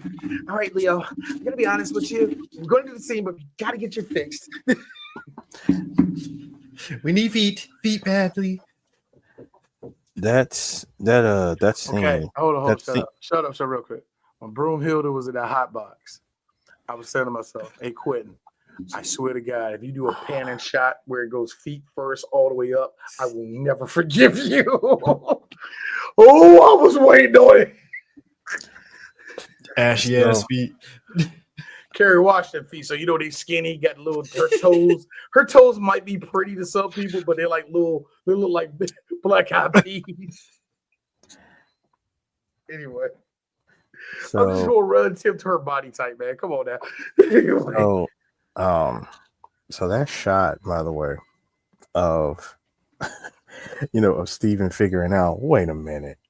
Oh, now it's official. Would you like to see Hildy's back right quick? Oh, you know what, Mr. Schultz, he didn't get to see her back, huh? Well, let's go ahead and take a look. Showed off her back, and I'm like, yeah, there's all the whipping marks and everything that's happened to her since she's been there. And I'm like, I know that right there. If I was Django, yeah, I'd been hot. Anybody non-melanated was pretty much dead as fried chicken in that room. I gotta be real with you. Me, my wife is gonna hate me. Hey, Steve, why you so excited to show me this nigga girl back? Man, I would have been cold. Yeah, I would have been. I ain't got no time for this. Steven probably would have been stuck like, oh shit. Look, my apologies. Steve, get her out here. This is an easy thing to get out of today, but it really is. No, you're right. You're right, and that was that. It was that tension, and again, passions were wildly high at that point. I get it, and I totally get it because you want to give that sense of dread to the audience that's watching it too. So when he finally went sold, it's like, oh Jesus. No, but it was when it was the fact that Steven was so excited to do that because he's like, I'm getting ready to break this guy. I'm gonna break this Negro. Smoking gun. You know what I'm saying? Like if it is anything, like if there's anything that I can do right now to rattle his cage, I'm gonna take Hildy and I'm gonna do this. And if he's completely unfazed or if he tries to change the subject, I'm gonna let it go. Maybe I was just tripping. But seeing how he react, and let's be real, Steven caught everything. Mm-hmm. Went back in that room. I will get again. Your house nigga. House niggas watch. They look, they observe a lot. So yeah. Bruh, he brought in listen, I call her Minnie because she runs Minnie's Haberdashery, which was like literally that next movie. But anyway, Minnie. I'm going to say it like I say for all big black girls that I know that Lamar off of San Andreas will fuck. She got she got big old fat ass. So I die every time I hear that laugh. So Candy calls her in and tells her to fix her up, right? And so Steven goes in the back. You said you ain't know him, huh? I said you said you ain't know him. I don't. It's Kerry Washington, so it was the huh? I'm sorry, I can't do it. I can't do it. Ugly. No. I'm going through. I'm just running through this real quick. Go. Like, I don't. Yes, you do, Mr. Steven. I don't. Why is you lying to me? I ain't. Then why is you crying? You scaring me. Why is I'm scaring you? Because you're scary. Hate to tell you, Broomhilda, but you lost that battle. You lost that battle right there. The suspicions is all on you now at this point. You are highly suspect. Remind me of Harold Kumar. Crack. Fucking damn grape juicy. Oh man, is that grape soda? That's racist, man. That's racist. No, when he poured it in and said crack, she just yelling it. That movie had no business being as funny as it was. Anyway, man, jumped out of the plane with no parachute. But then But then when he comes back inside, he said, Monsieur Candy, can I see you in the kitchen? Like, why? We're having white cake. What's the problem? Well, you know that like these niggas, you know, they done messed up everything now. Now, I mean, if you're okay with letting it go, I mean, I guess, you know, I guess niggas gonna just be messing up the cake and all that stuff around here. I mean, one thing gonna lead to another. I swear we should have never gave Eris the lines of this movie. I don't know why I told him to act like Steve. Why, dude? I'm regretting every second of this 10 penny off of San Andreas. Keep going, nigga. You're doing me proud, but I'm hurting inside. Like the fact, I like how he was so smooth with it. Meet me in the library. Now, again, I stand by it. Because Steve is a house nigga, he studies everything. So yes, he caught every second of that. Off the rip. Off book. Because he said, and I quote, first of all, you knew Steven was well in his right to sit the way that he was sitting in that chair with a whole shot of brandy. Bro, doing this move like this. He's talking about, Steven, what is this about? Sick. He said, them motherfuckers ain't here to buy no Mandingo. They here for that girl. What girl? What Hildy? What are you talking about? Like, why did they just spend all this money to buy Eskimo Joe? Did he pay you? Did he pay you any money just now? No, he said he was gonna get. They ain't bought nothing then. He said, man, they came here for that girl. She was probably Django's wife. Again, Steven is smart. 2 and 2 equals 4. I thought you was gonna say, hey, not all racist black men are right. I was ready for not Chris all to go. Racists. Because you're not going to say that Herman Cain got us. And he's, you know, and all this did make sense because he said, so wait a minute. Why this whole song, this snake oil song and dance for, you know, for like for a nigga that like for a woman that's not even worth like $300 with a chewed up back? Because think about it. You would have never paid them no never mind for, you know, if they was asking for her off like straight up. But that $12,000, that got you real friendly. Again, it's like white folk ain't never had a good idea in their whole entire. Again, wait, dude, hold up. I will keep saying it. Steve ain't stupid at all. He ain't. And just to prove how ain't stupid he is, I love this line because this is like something straight out of what I would do when he said, he said, yeah, until you didn't buy it until I intervened. Thank you, Steven. You're welcome. Calvin. Okay, real quick. You know how all three of us reacted seeing Jamie on that horse, and real talk, him on that horse in this movie just makes you feel good. You know, there is another part that makes black people feel good, and it was done by Steven. Sitting in that seat with that brandy. Yes. There is a being side Dr. of all Doom level diabolical. Exactly. There's a side of all black folk. It's the white man's brandy and the white man's study. I'm king nigga. There's something about that. You know what I mean? There's something very intoxicating about that. When Monsieur Candy dies, this is gonna be mine. And Monsieur Candy go, oh, they gonna take good care of me. You know what type of nigga I was to Monsieur Candy? I was too good. He loved me more than he loved his mama. That shit, you know what I mean? I mean, but just him breaking that down, and then, like you said, Candy having your nigga from Florida sound like that, Chris. Your nigga from Florida sound like that. You see, after Mr. Trump get into office, he gonna take care of a good nigga like me. Hey, look. You know, Herman Cain thought so, and then COVID said, "Bitch, I thought." Bitch, you thought. I like how Candace Owens is still trying to find love from a white man that ain't never gonna give it to her. So that's the impressive part. You want to know why, D? You want to know why, D? Because there is a nigga somewhere that actually wants to fuck Candace Owens, and she's scared of that. Man, shut up. I don't think that necessarily scares her.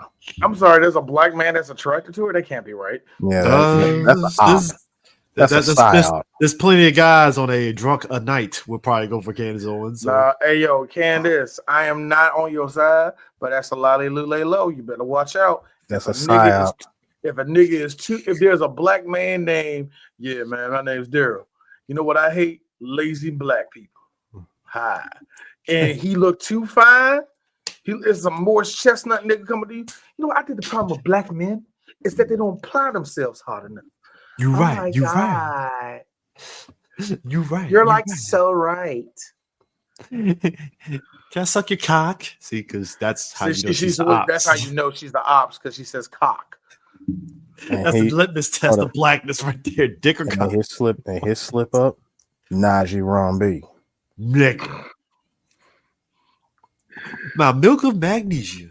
Now, I feel as though that black Republicans have some nigga sex too, but it's the most type of nigga sex ever. So what you're saying is Powell, his wife is what you're saying. It's like for as corny black as they are, it comes off very tribal. The way they have sex, and like a black exploitation sex scene. Sweat everywhere. You know what I mean?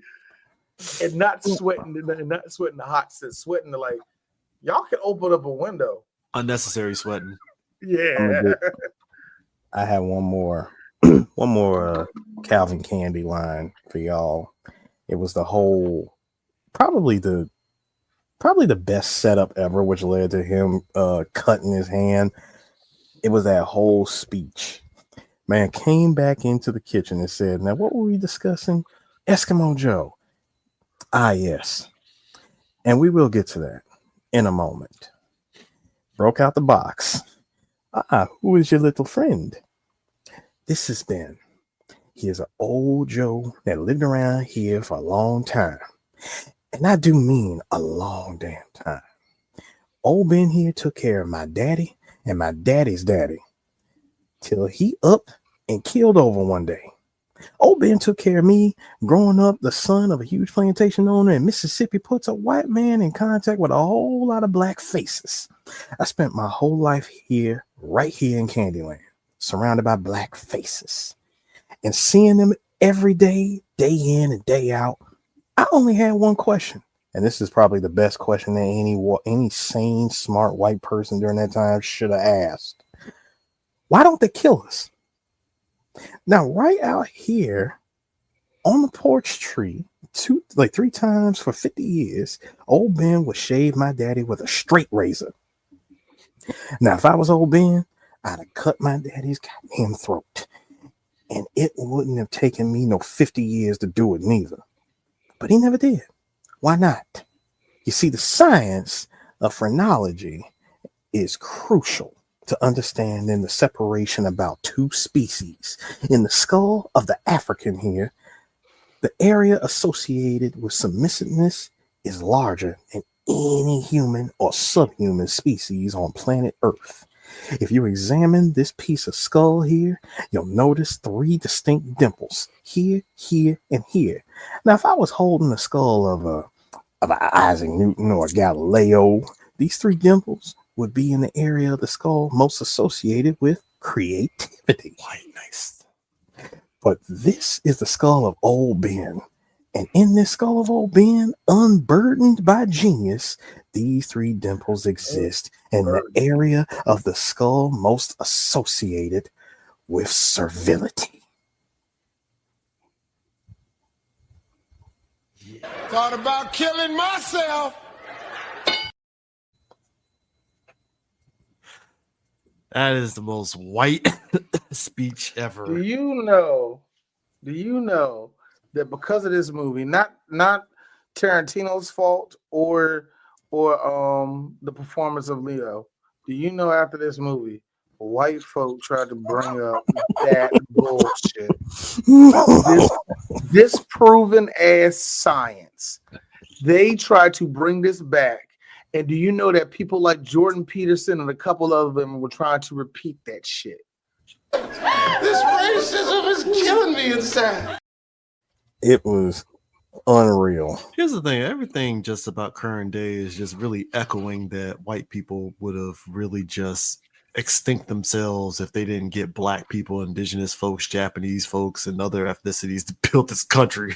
In other words, if they had to do it themselves, oh god, it's weird. Ebola 2 electric boogaloo, baby. The thing that gets me is this, and Native Americans could have got a second wind. You know, we heard even black people say this bullshit. I would have cut his throat, and it would have been native and all the rest of that. How would you get away?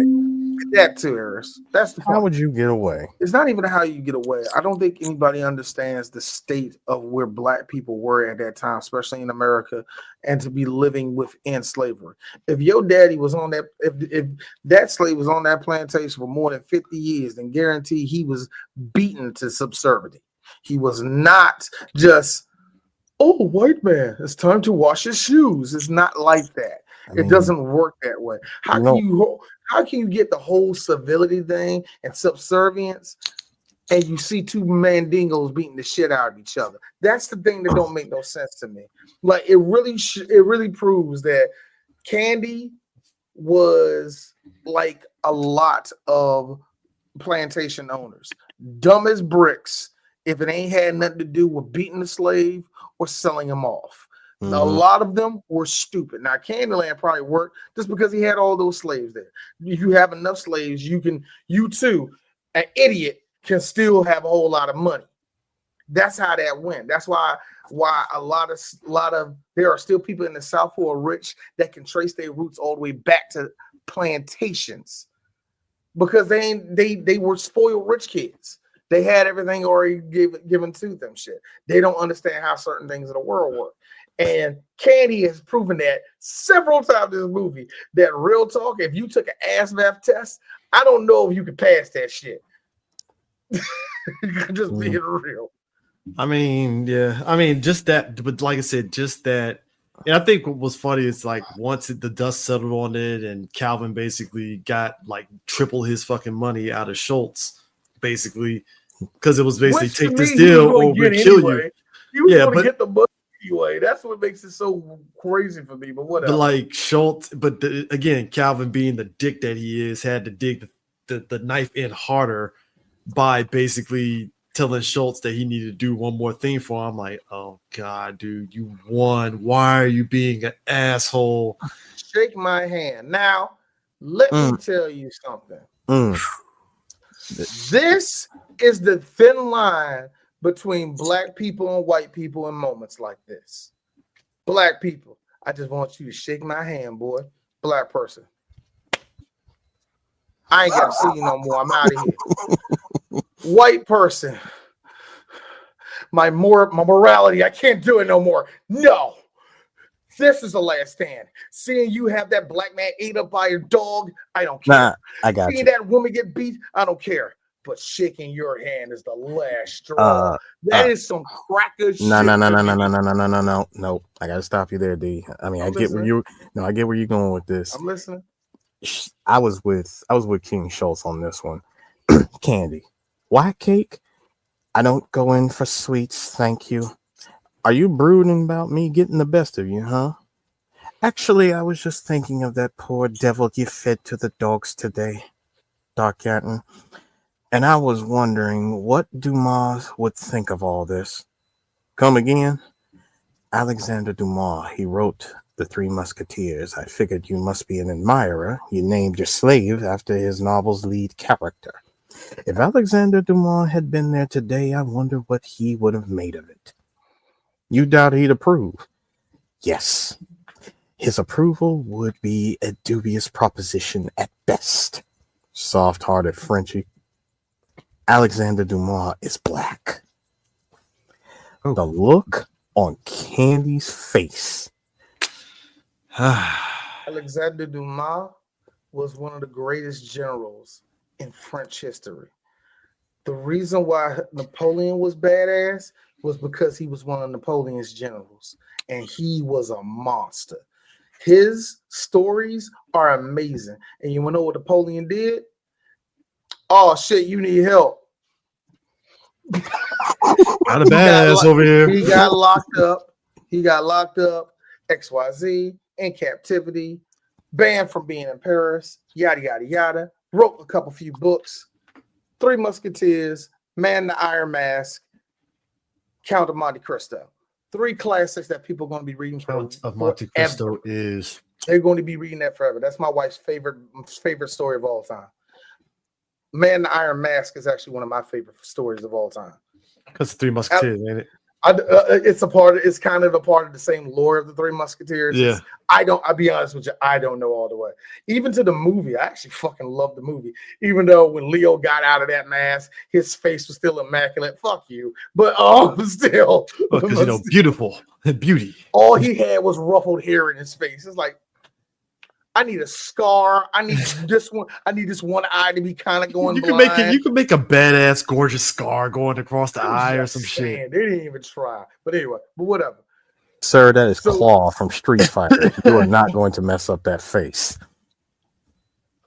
Anyway. First off, Leo didn't be like, yeah, we doing any of that shit. So. But that look on his face, that's the same look that any white person go. Why would you say that? He's black. Really? It's almost one of that's a nigga. Who told that nigga how to read? Oh, speaking of which, me and my wife at the same time. Steve, let me see. 1, 2, 3, 4, 5, 6, 7, 8, 9, 10, 11, 12. 1, 2, 3. Me and Angie. Who taught you how to count, nigga? Yeah. I love how white folk would let black folk go. All right, thank you, Bo. Hey, wait a minute, Bo. Why the fuck you know what numbers are, nigger? Now D. Right, going back to what you had just said earlier. Shaking your hand, no, that's too much for me. I loved Schultz's response to that. You really want me to shake your hand? I insist. Okay. That quick okay. Walked up to him, sleeve gun, pop.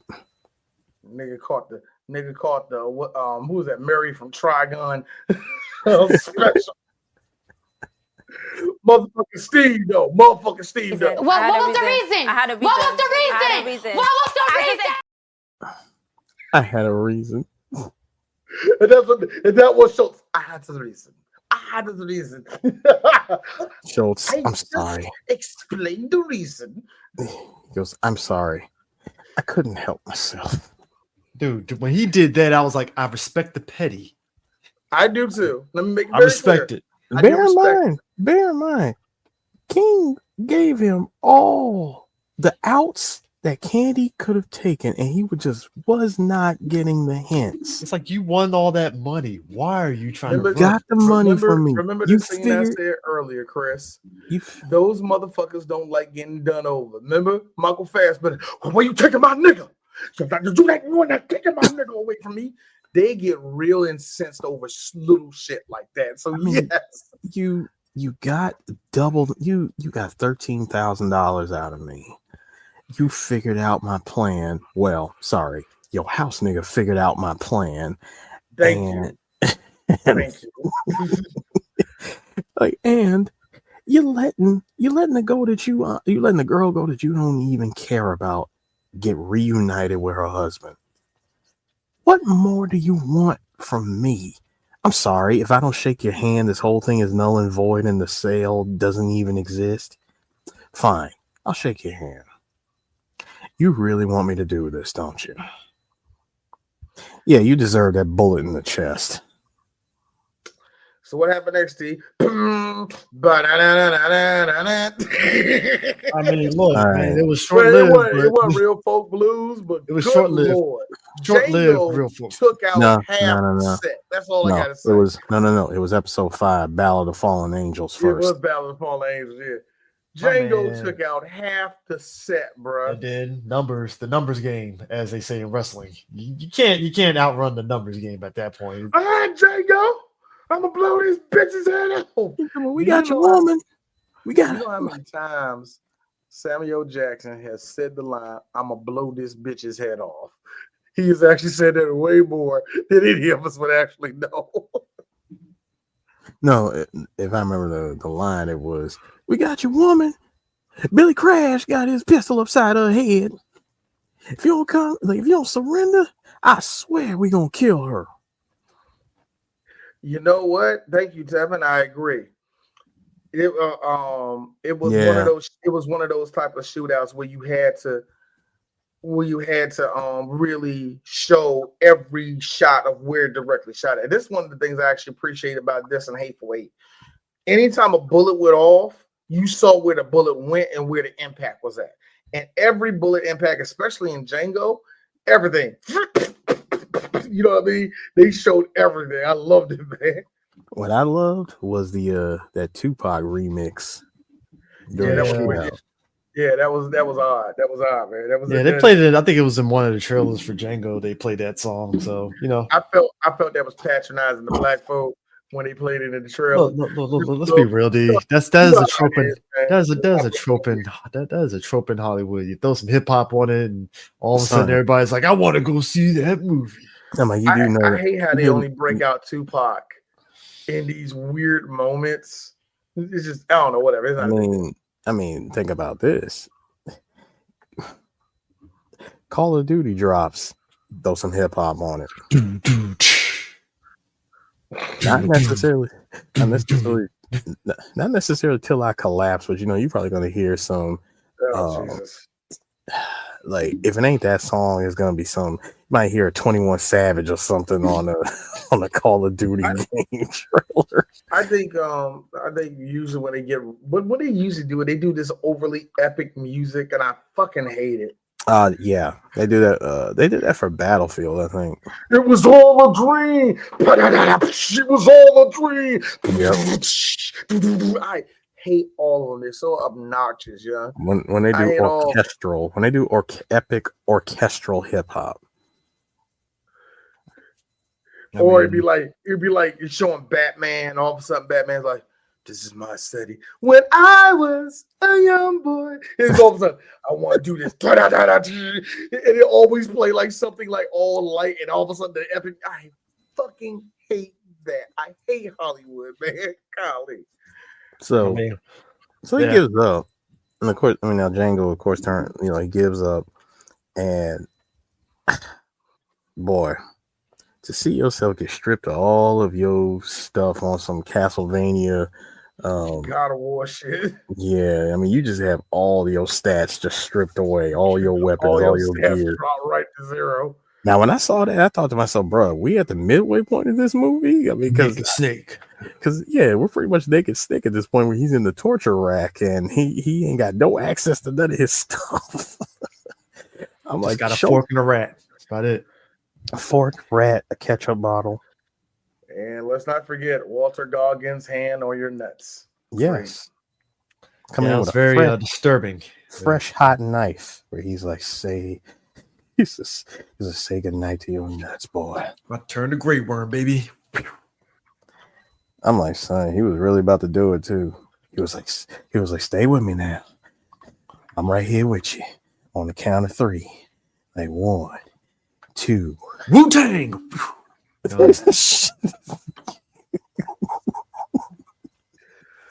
Let's hurry this up, Chris. We have lost Chris. Let's hurry this up. Let's hurry this up. Chris just proved it that we need to hurry. Let's just hurry up. Let's just go. No, it just count. As soon as he got the 2, here comes freaking Steven talking about, she decided she ain't gonna snip Django no more. Well, she sure took her time telling me, hey, what you want me to do? And then that's when he said your line, dude. Like, white people ain't never had a creative idea ever in their life. Mm-hmm. You know what's so funny? I feel as though that we said that when we all talked to each other on January 6th when it was happening. We was all talking to each other. And I swear that one of us said something along that lines, like, white people, if you just did X and B, I mean A, B, and C, none of this probably wouldn't even be a thing for you. Well, again, current events, hey, Trump, all you had to do was just, sit back and not do anything and you would have been fine. But, Nah, fuck all that, Chris. Doge is going to do the right thing in the world. Doge. The guy that gets his tips from fucking 4chan and implements it horribly. You know what's great? Hey, invest in that Tesla stock, though. You know what I like about Elon Musk? $200 a share, baby. Twitter snatched. I think it's less than that now. It is less. It's like it's low. Oh, just guess what, folks? That means that the banks take Twitter away from him until he pays back their money, which means the mob is going to have to bring Elon's. That'd be great if the mob was actually legit looking for Elon Musk. That would be hilarious. I mean, he's gonna take that. He's gonna take that ride, and he's gonna be like the fat boy on The Wire. Hey, look, that's why he carries his kid around. That's the insurance. You see, it's only a matter of time before he gets the General Septum special. Oh, check this out, man. Elon Musk is a dude that goes in the bathroom and jerks off and looks at everybody. So you don't want to know what I was jerking off to? Huh? No, anybody? No? Well, I was masturbating. No? Anybody? No reaction? That's how he is. Am I cool yet? Am I cool? I am meme. Like, what the fuck? Like, you have no friends. It is so cute how he has no friends. He don't even like Donald Trump like that. Like, I love this. Anyway, so they decided to send Django to the LeQuint Dickey mining company, where you're gonna take a bunch of big rocks and turn them into little old bitty rocks, and they're gonna work you. They're gonna work you till your back give out, and when your back give out, they're gonna smash you over the head with a rock or a hammer, and that's gonna be the end of Django Freeman. What was it that they said they do real good? They won't even bleed out. What they say? Oh yeah, he said where they hit you out in the head. Oh, they cut your tongue out or something like that? They go. Yeah, he said they cut your tongue out. You give them one word of sass, they cut your tongue out, and they real good. They real good about it too. They got a process. Yeah, they do. That crap is set. I mean, just that whole description of it was just like, it's there, and white people don't think those places existed. What? Where y'all literally put us in chains and made us mind your minds? Why do y'all think y'all don't possess any of it? Like, I love how white people think we just made up slavery. Like it was a thing that black people made up to oppress ourselves. And the thing, I don't know if we mentioned slavery only existed 2 weeks. I don't know if we mentioned it in the at the beginning of the podcast, but remember when King Schultz gave Django that handbill and told him to hold on to it, always hold on to your first handbill for good luck. Yeah. Mm-hmm. So he mentions that everybody back at Candyland was a part of the Smitty Bacall gang, and he used that through sheer finesse and charisma. And he managed to convince these 3 white people, one of them being Quentin Tarantino, to let him go. He said, look, things went south. My partner got killed. And, and they tricked y'all into thinking that I'm a slave. I ain't no slave. I'm a free man. Shout out. And I'm a bounty hunter. Shout out to getting the actual Australian. Shout out to Quentin Tarantino using an Australian accent. And shout out to Marco Parks going, I ain't using no accent. It may just be Michael Park. Michael Park. I'm gonna be real.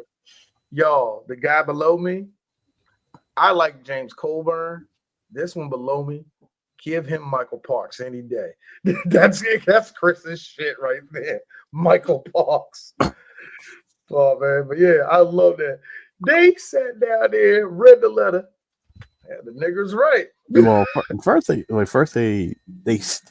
and giving them credit, they were very highly suspicious of the situation. So they asked the other slaves.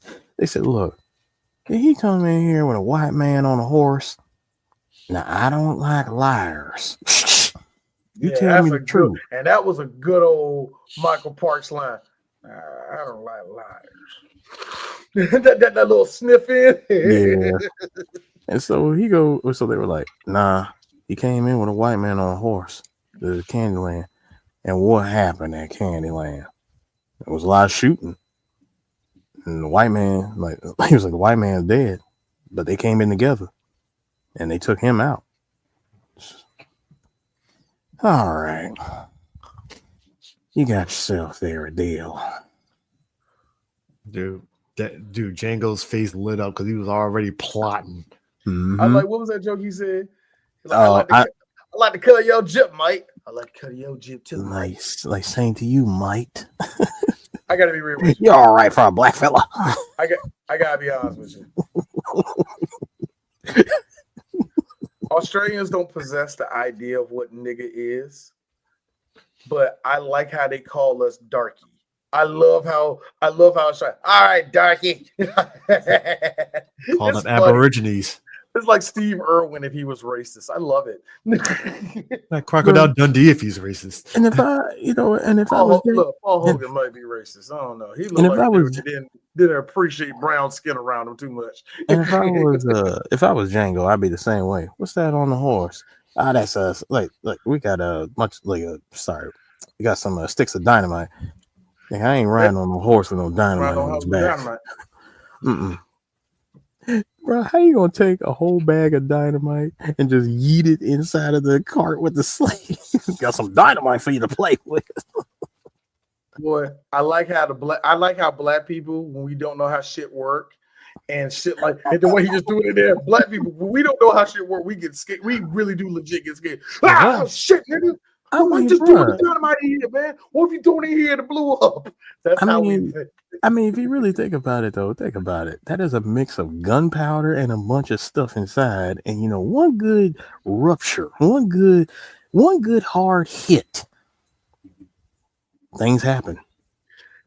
Dude, the way he took out that group is... But yeah, that's the part that got me. It was the long telling story. It was a long storytelling too, because those the slave that said something was the main one. What you eyeballing, boy? Mm-hmm. Something wrong with your eyes, nigga? That same one, because he gave him shit twice he gave him shit twice before.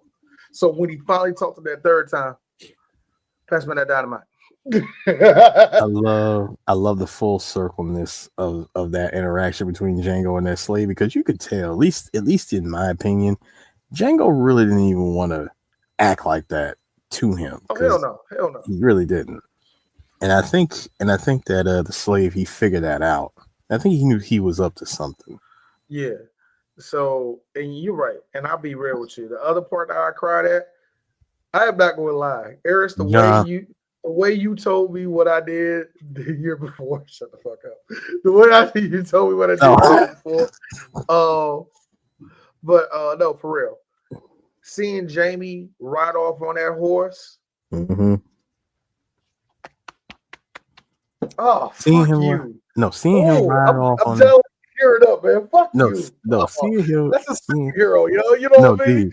Seeing him ride off on the horse back to Candyland was one thing. The cherry on top was the camera panning back to the slave that he had the most interaction with, and seeing him give that smile of approval was the head nod. It was the head nod and the smile, and I said, "Yes, all is right in the world." Do you know how? Reason why I get tear up with that? Do you know how often black folk do that? Where we see one of us doing something awesome, we like, kill it, my nigga, kill it. I mean, get it, nigga. There was no hate in that man's heart. Not a second of it. He didn't want to do none of that shit. It's like, dog, I got it. And that's another thing when it comes to us black folk. Like you said, he was suspicious of it. Like, yeah, you call me nigga, boy, but where you something ain't right here. You know what I mean? Like, even on top of that, like you have to look at it too. The aspect of he freed another set of slaves. Exactly. Yep. Well, yes, it was Schultz that freed him and the other slaves at the beginning of the movie, and now flip the script. is Jamie freeing slaves. Shit. And in fact, you just now, okay, reality of it, even killing Big Daddy, most of those slaves would have got taken to other plantations. You know how that go. Yeah, because there was plenty of white people on that plantation. Yeah, there was plenty enough white people on that plantation, unfortunately. But Candyland got decimated. All them niggas ran. Each and every one of them ran away. I think also the finale of this whole thing, and this is where when I was in the theaters, it was kind of like, all right, how is Django? Is it going to be like the John Wick style shootout kind of thing, or is it going to be like a dramatic, like how's it going to be? And I love the surprise sudden of it, where they come back from the funeral, they're singing and all that stuff, and then you just see Jamie in the fucking it's before that. It's before that. He sees Schultz one last time. Yeah. And he gets the jacket. He catched that gang while one of them niggas was taking a bath. I have the shot, but I didn't censor it. Where it's the dude that was in the bath. Now, dude in the bath gets shot once before. Now, let y'all know that's Robert Carradine's brother. That's David Carradine's brother.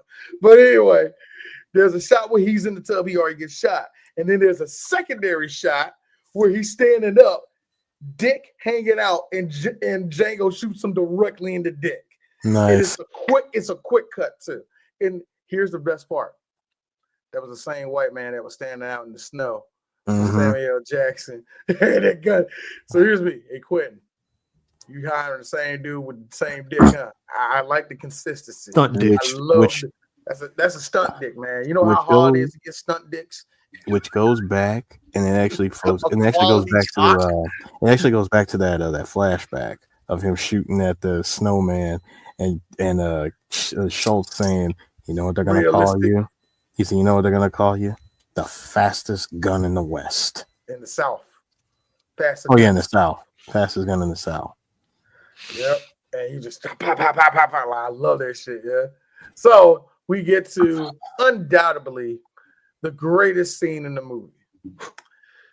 These motherfuckers coming in here. Now, I got to be real with you. I do not know the lyrics to By and By, but that is one of the blackest songs to be singing after a fucking funeral. By and By. For a white man, by the way. For a white man, too. But also, shout out to Samuel Jackson. Hitting that shit. By and by. Like, go ahead, nigga. I'm like, no, that's one of these. Stop it, Steve. Don't say, go ahead, boy. Like, he was singing that shit. He really was singing it. And I was just like, Jamie, oh, y'all about to be in the by with him in a minute. He said, don't feel too bad now. You're gonna be joining Mr. Candy and the by and by real soon. Boy, them white men grab them guns. Pop, like, yo. They said, "Oh, Billy Crass. Now where were we? Oh yeah. I believe you had your hand on my chicken. The Django, you black son of a bitch. The D is silent hillbilly." Now. It's a now. Now, I suggest that all you black folks get away from all these white folks. Not you, Steve. Not you, Steve. Steve had that walk like, I'm about to get the fuck up on out of here. Not Steve. You right where you belong. Hold on. I have a Republican friend. Oh boy. I love you to death. I ain't gonna say your name. I love you to death. But I know that would be your weaseling ass leaving the fucking room. Nigga.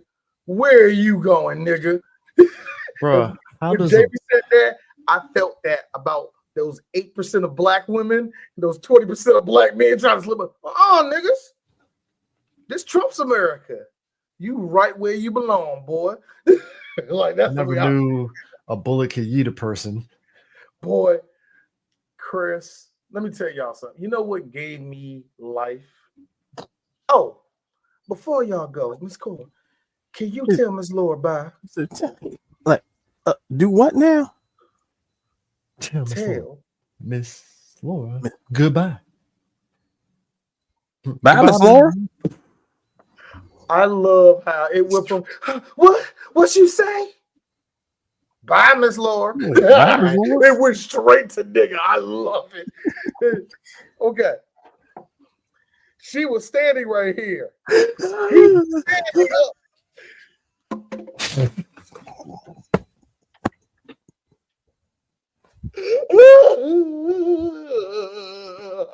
Center mass. Again, it's like poetry, so if they rhyme.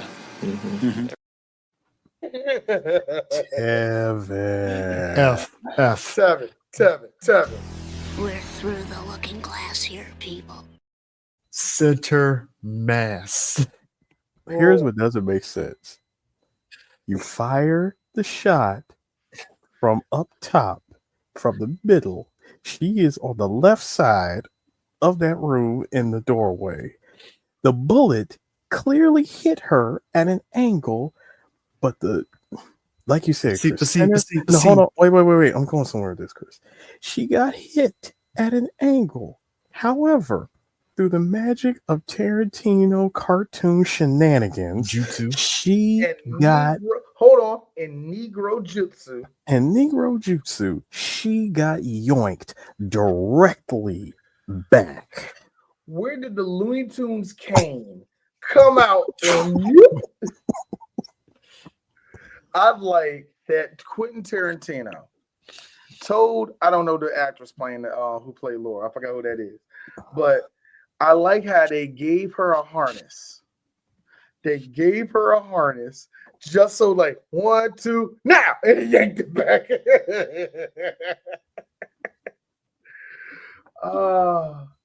And then Django shoots Steve in the kneecaps. In the knee. Oh yeah. He said, man.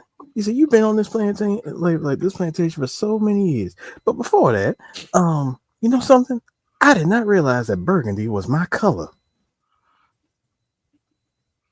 Gotta say. I love that, Jamie. When he said that, go ahead. I just gotta say, burgundy looks good on us black folk. It really do. I gotta say, man, you know what? When a nigga feeling himself, there ain't nothing can't stop him. That nigga got 12. That nigga got 12 on attack, man. How do you like my new duds? He's like, yeah, didn't realize burgundy was my color. I counted 6 shots, nigga. I count 2 guns, nigga. Me. All right. And I've been waiting, baby. So, boy, when he yanked at that other one, I'm like, oh, give it to him, daddy. Give it to him, baby. This is why I stayed in the movie. You've been on this plantation for so many years. But I noticed something. You never once mentioned kneecapping. How many slaves you done seen come in and out of this? Come in and out of these doors here, like Stephen.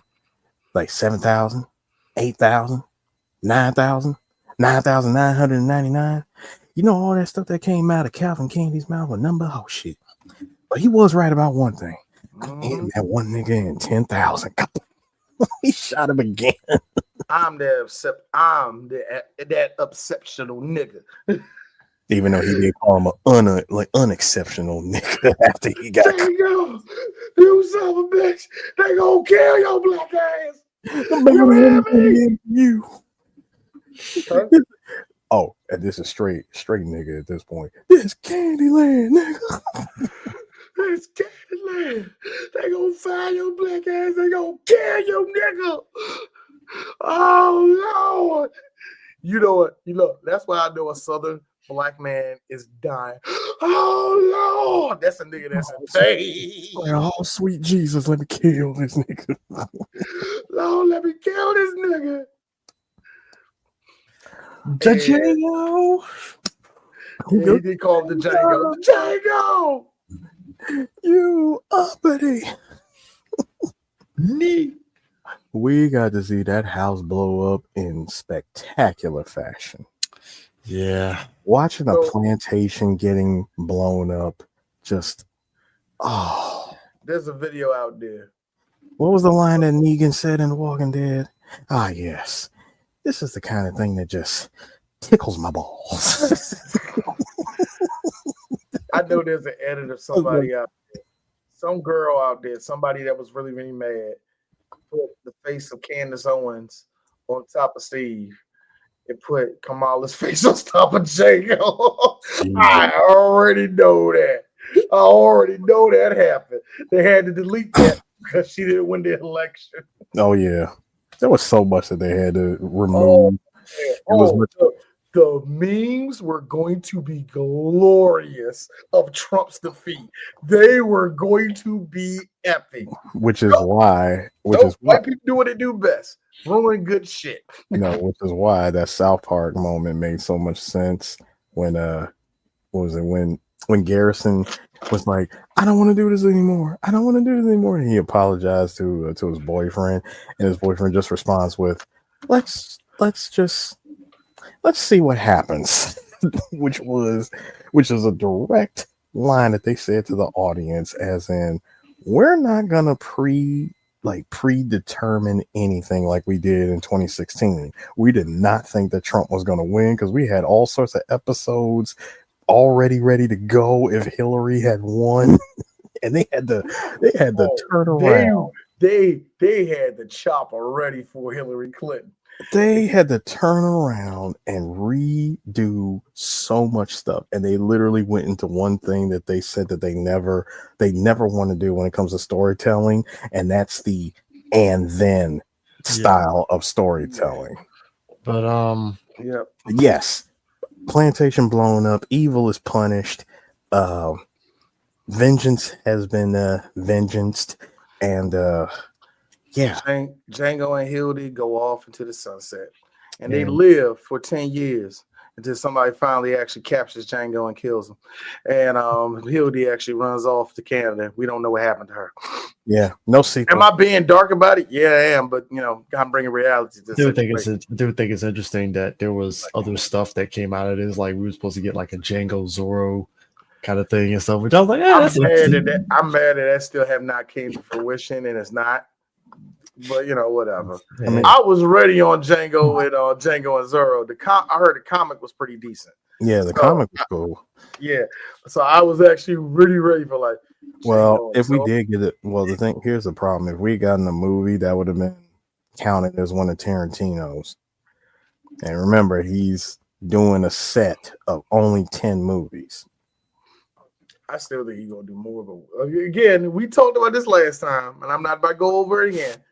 But yeah, I know what you're talking about. He would have never done it anyway. I think it's too corny to do anyway as a movie. Maybe like a cartoon or some shit like that. But not a live action movie. But that's Django Unchained. Unchained, bro. It's past midnight here on the coast, and actually, I meant to look up what's the next show we're gonna fucking do. I don't fucking know what we're gonna fucking do next, man. Yeah, we'll figure it out. I don't know, but I don't know. Hold on, give me 1 second. I got my fucking. What's this? Oh shit! I'm probably gonna tell everybody we don't know yet because I don't know where the fuck my list goes. The fuck my list go? That's a Chivas. This is some bullshit. I don't know, but yeah, because we were supposed to do this movie, during February, during Black History Month. But you know what? Like I said, it's Black History Month every day, and also just real talk. Fuck Trump, man. He kind of ruined everything this year. Yeah. I'm gonna keep it real. He let's not. I hate when people we can't do it now because no, it's not like that. It's just that fuck it. It's kind of hard to do. But anyway, that being said, we're done with that, and I want us to do something that's going to be easy for us to do. You know what? Let's get out the way because I'm not doing that in May because you're going to be gone in May, Chris, and I need you to do that now. Next week, y'all, we're going to do something that we're going to get back to the roots of 3BG. It's time for some van damage. And it's time for us to talk about a movie that we've been needing to talk to for about a while and do it again. It's coming back from our first year or second year of 3BG. We're doing kickboxing. Yay. Eris, I got a question. Are you ready for us to break out the song again? I stopped saying Everybody Loves a Winner for about 2 years. I only say never surrender when it's necessary, when it's earned. Yeah, I haven't said everybody loves the Wonder in a while. I just haven't because y'all kept popping my bubble. D, that one of the credits. Fuck you. It was the D. So, Kickboxer, let's go. Yeah. You want to see Tom Poe kicking a steel beam, looking at you going, and then commencing to kicking the shit out of you. Wait a minute, is this the movie where Van Damme was in that bar dancing with the two? Yes. Okay. I thought that was like another movie for a second. Well, you remember, you might thinking of it with Bloodsport, where he was dancing with the reporter chick. Yeah, he was dancing in Bloodsport. Yes, he was. But Kickboxer next week. Peace out. Peace.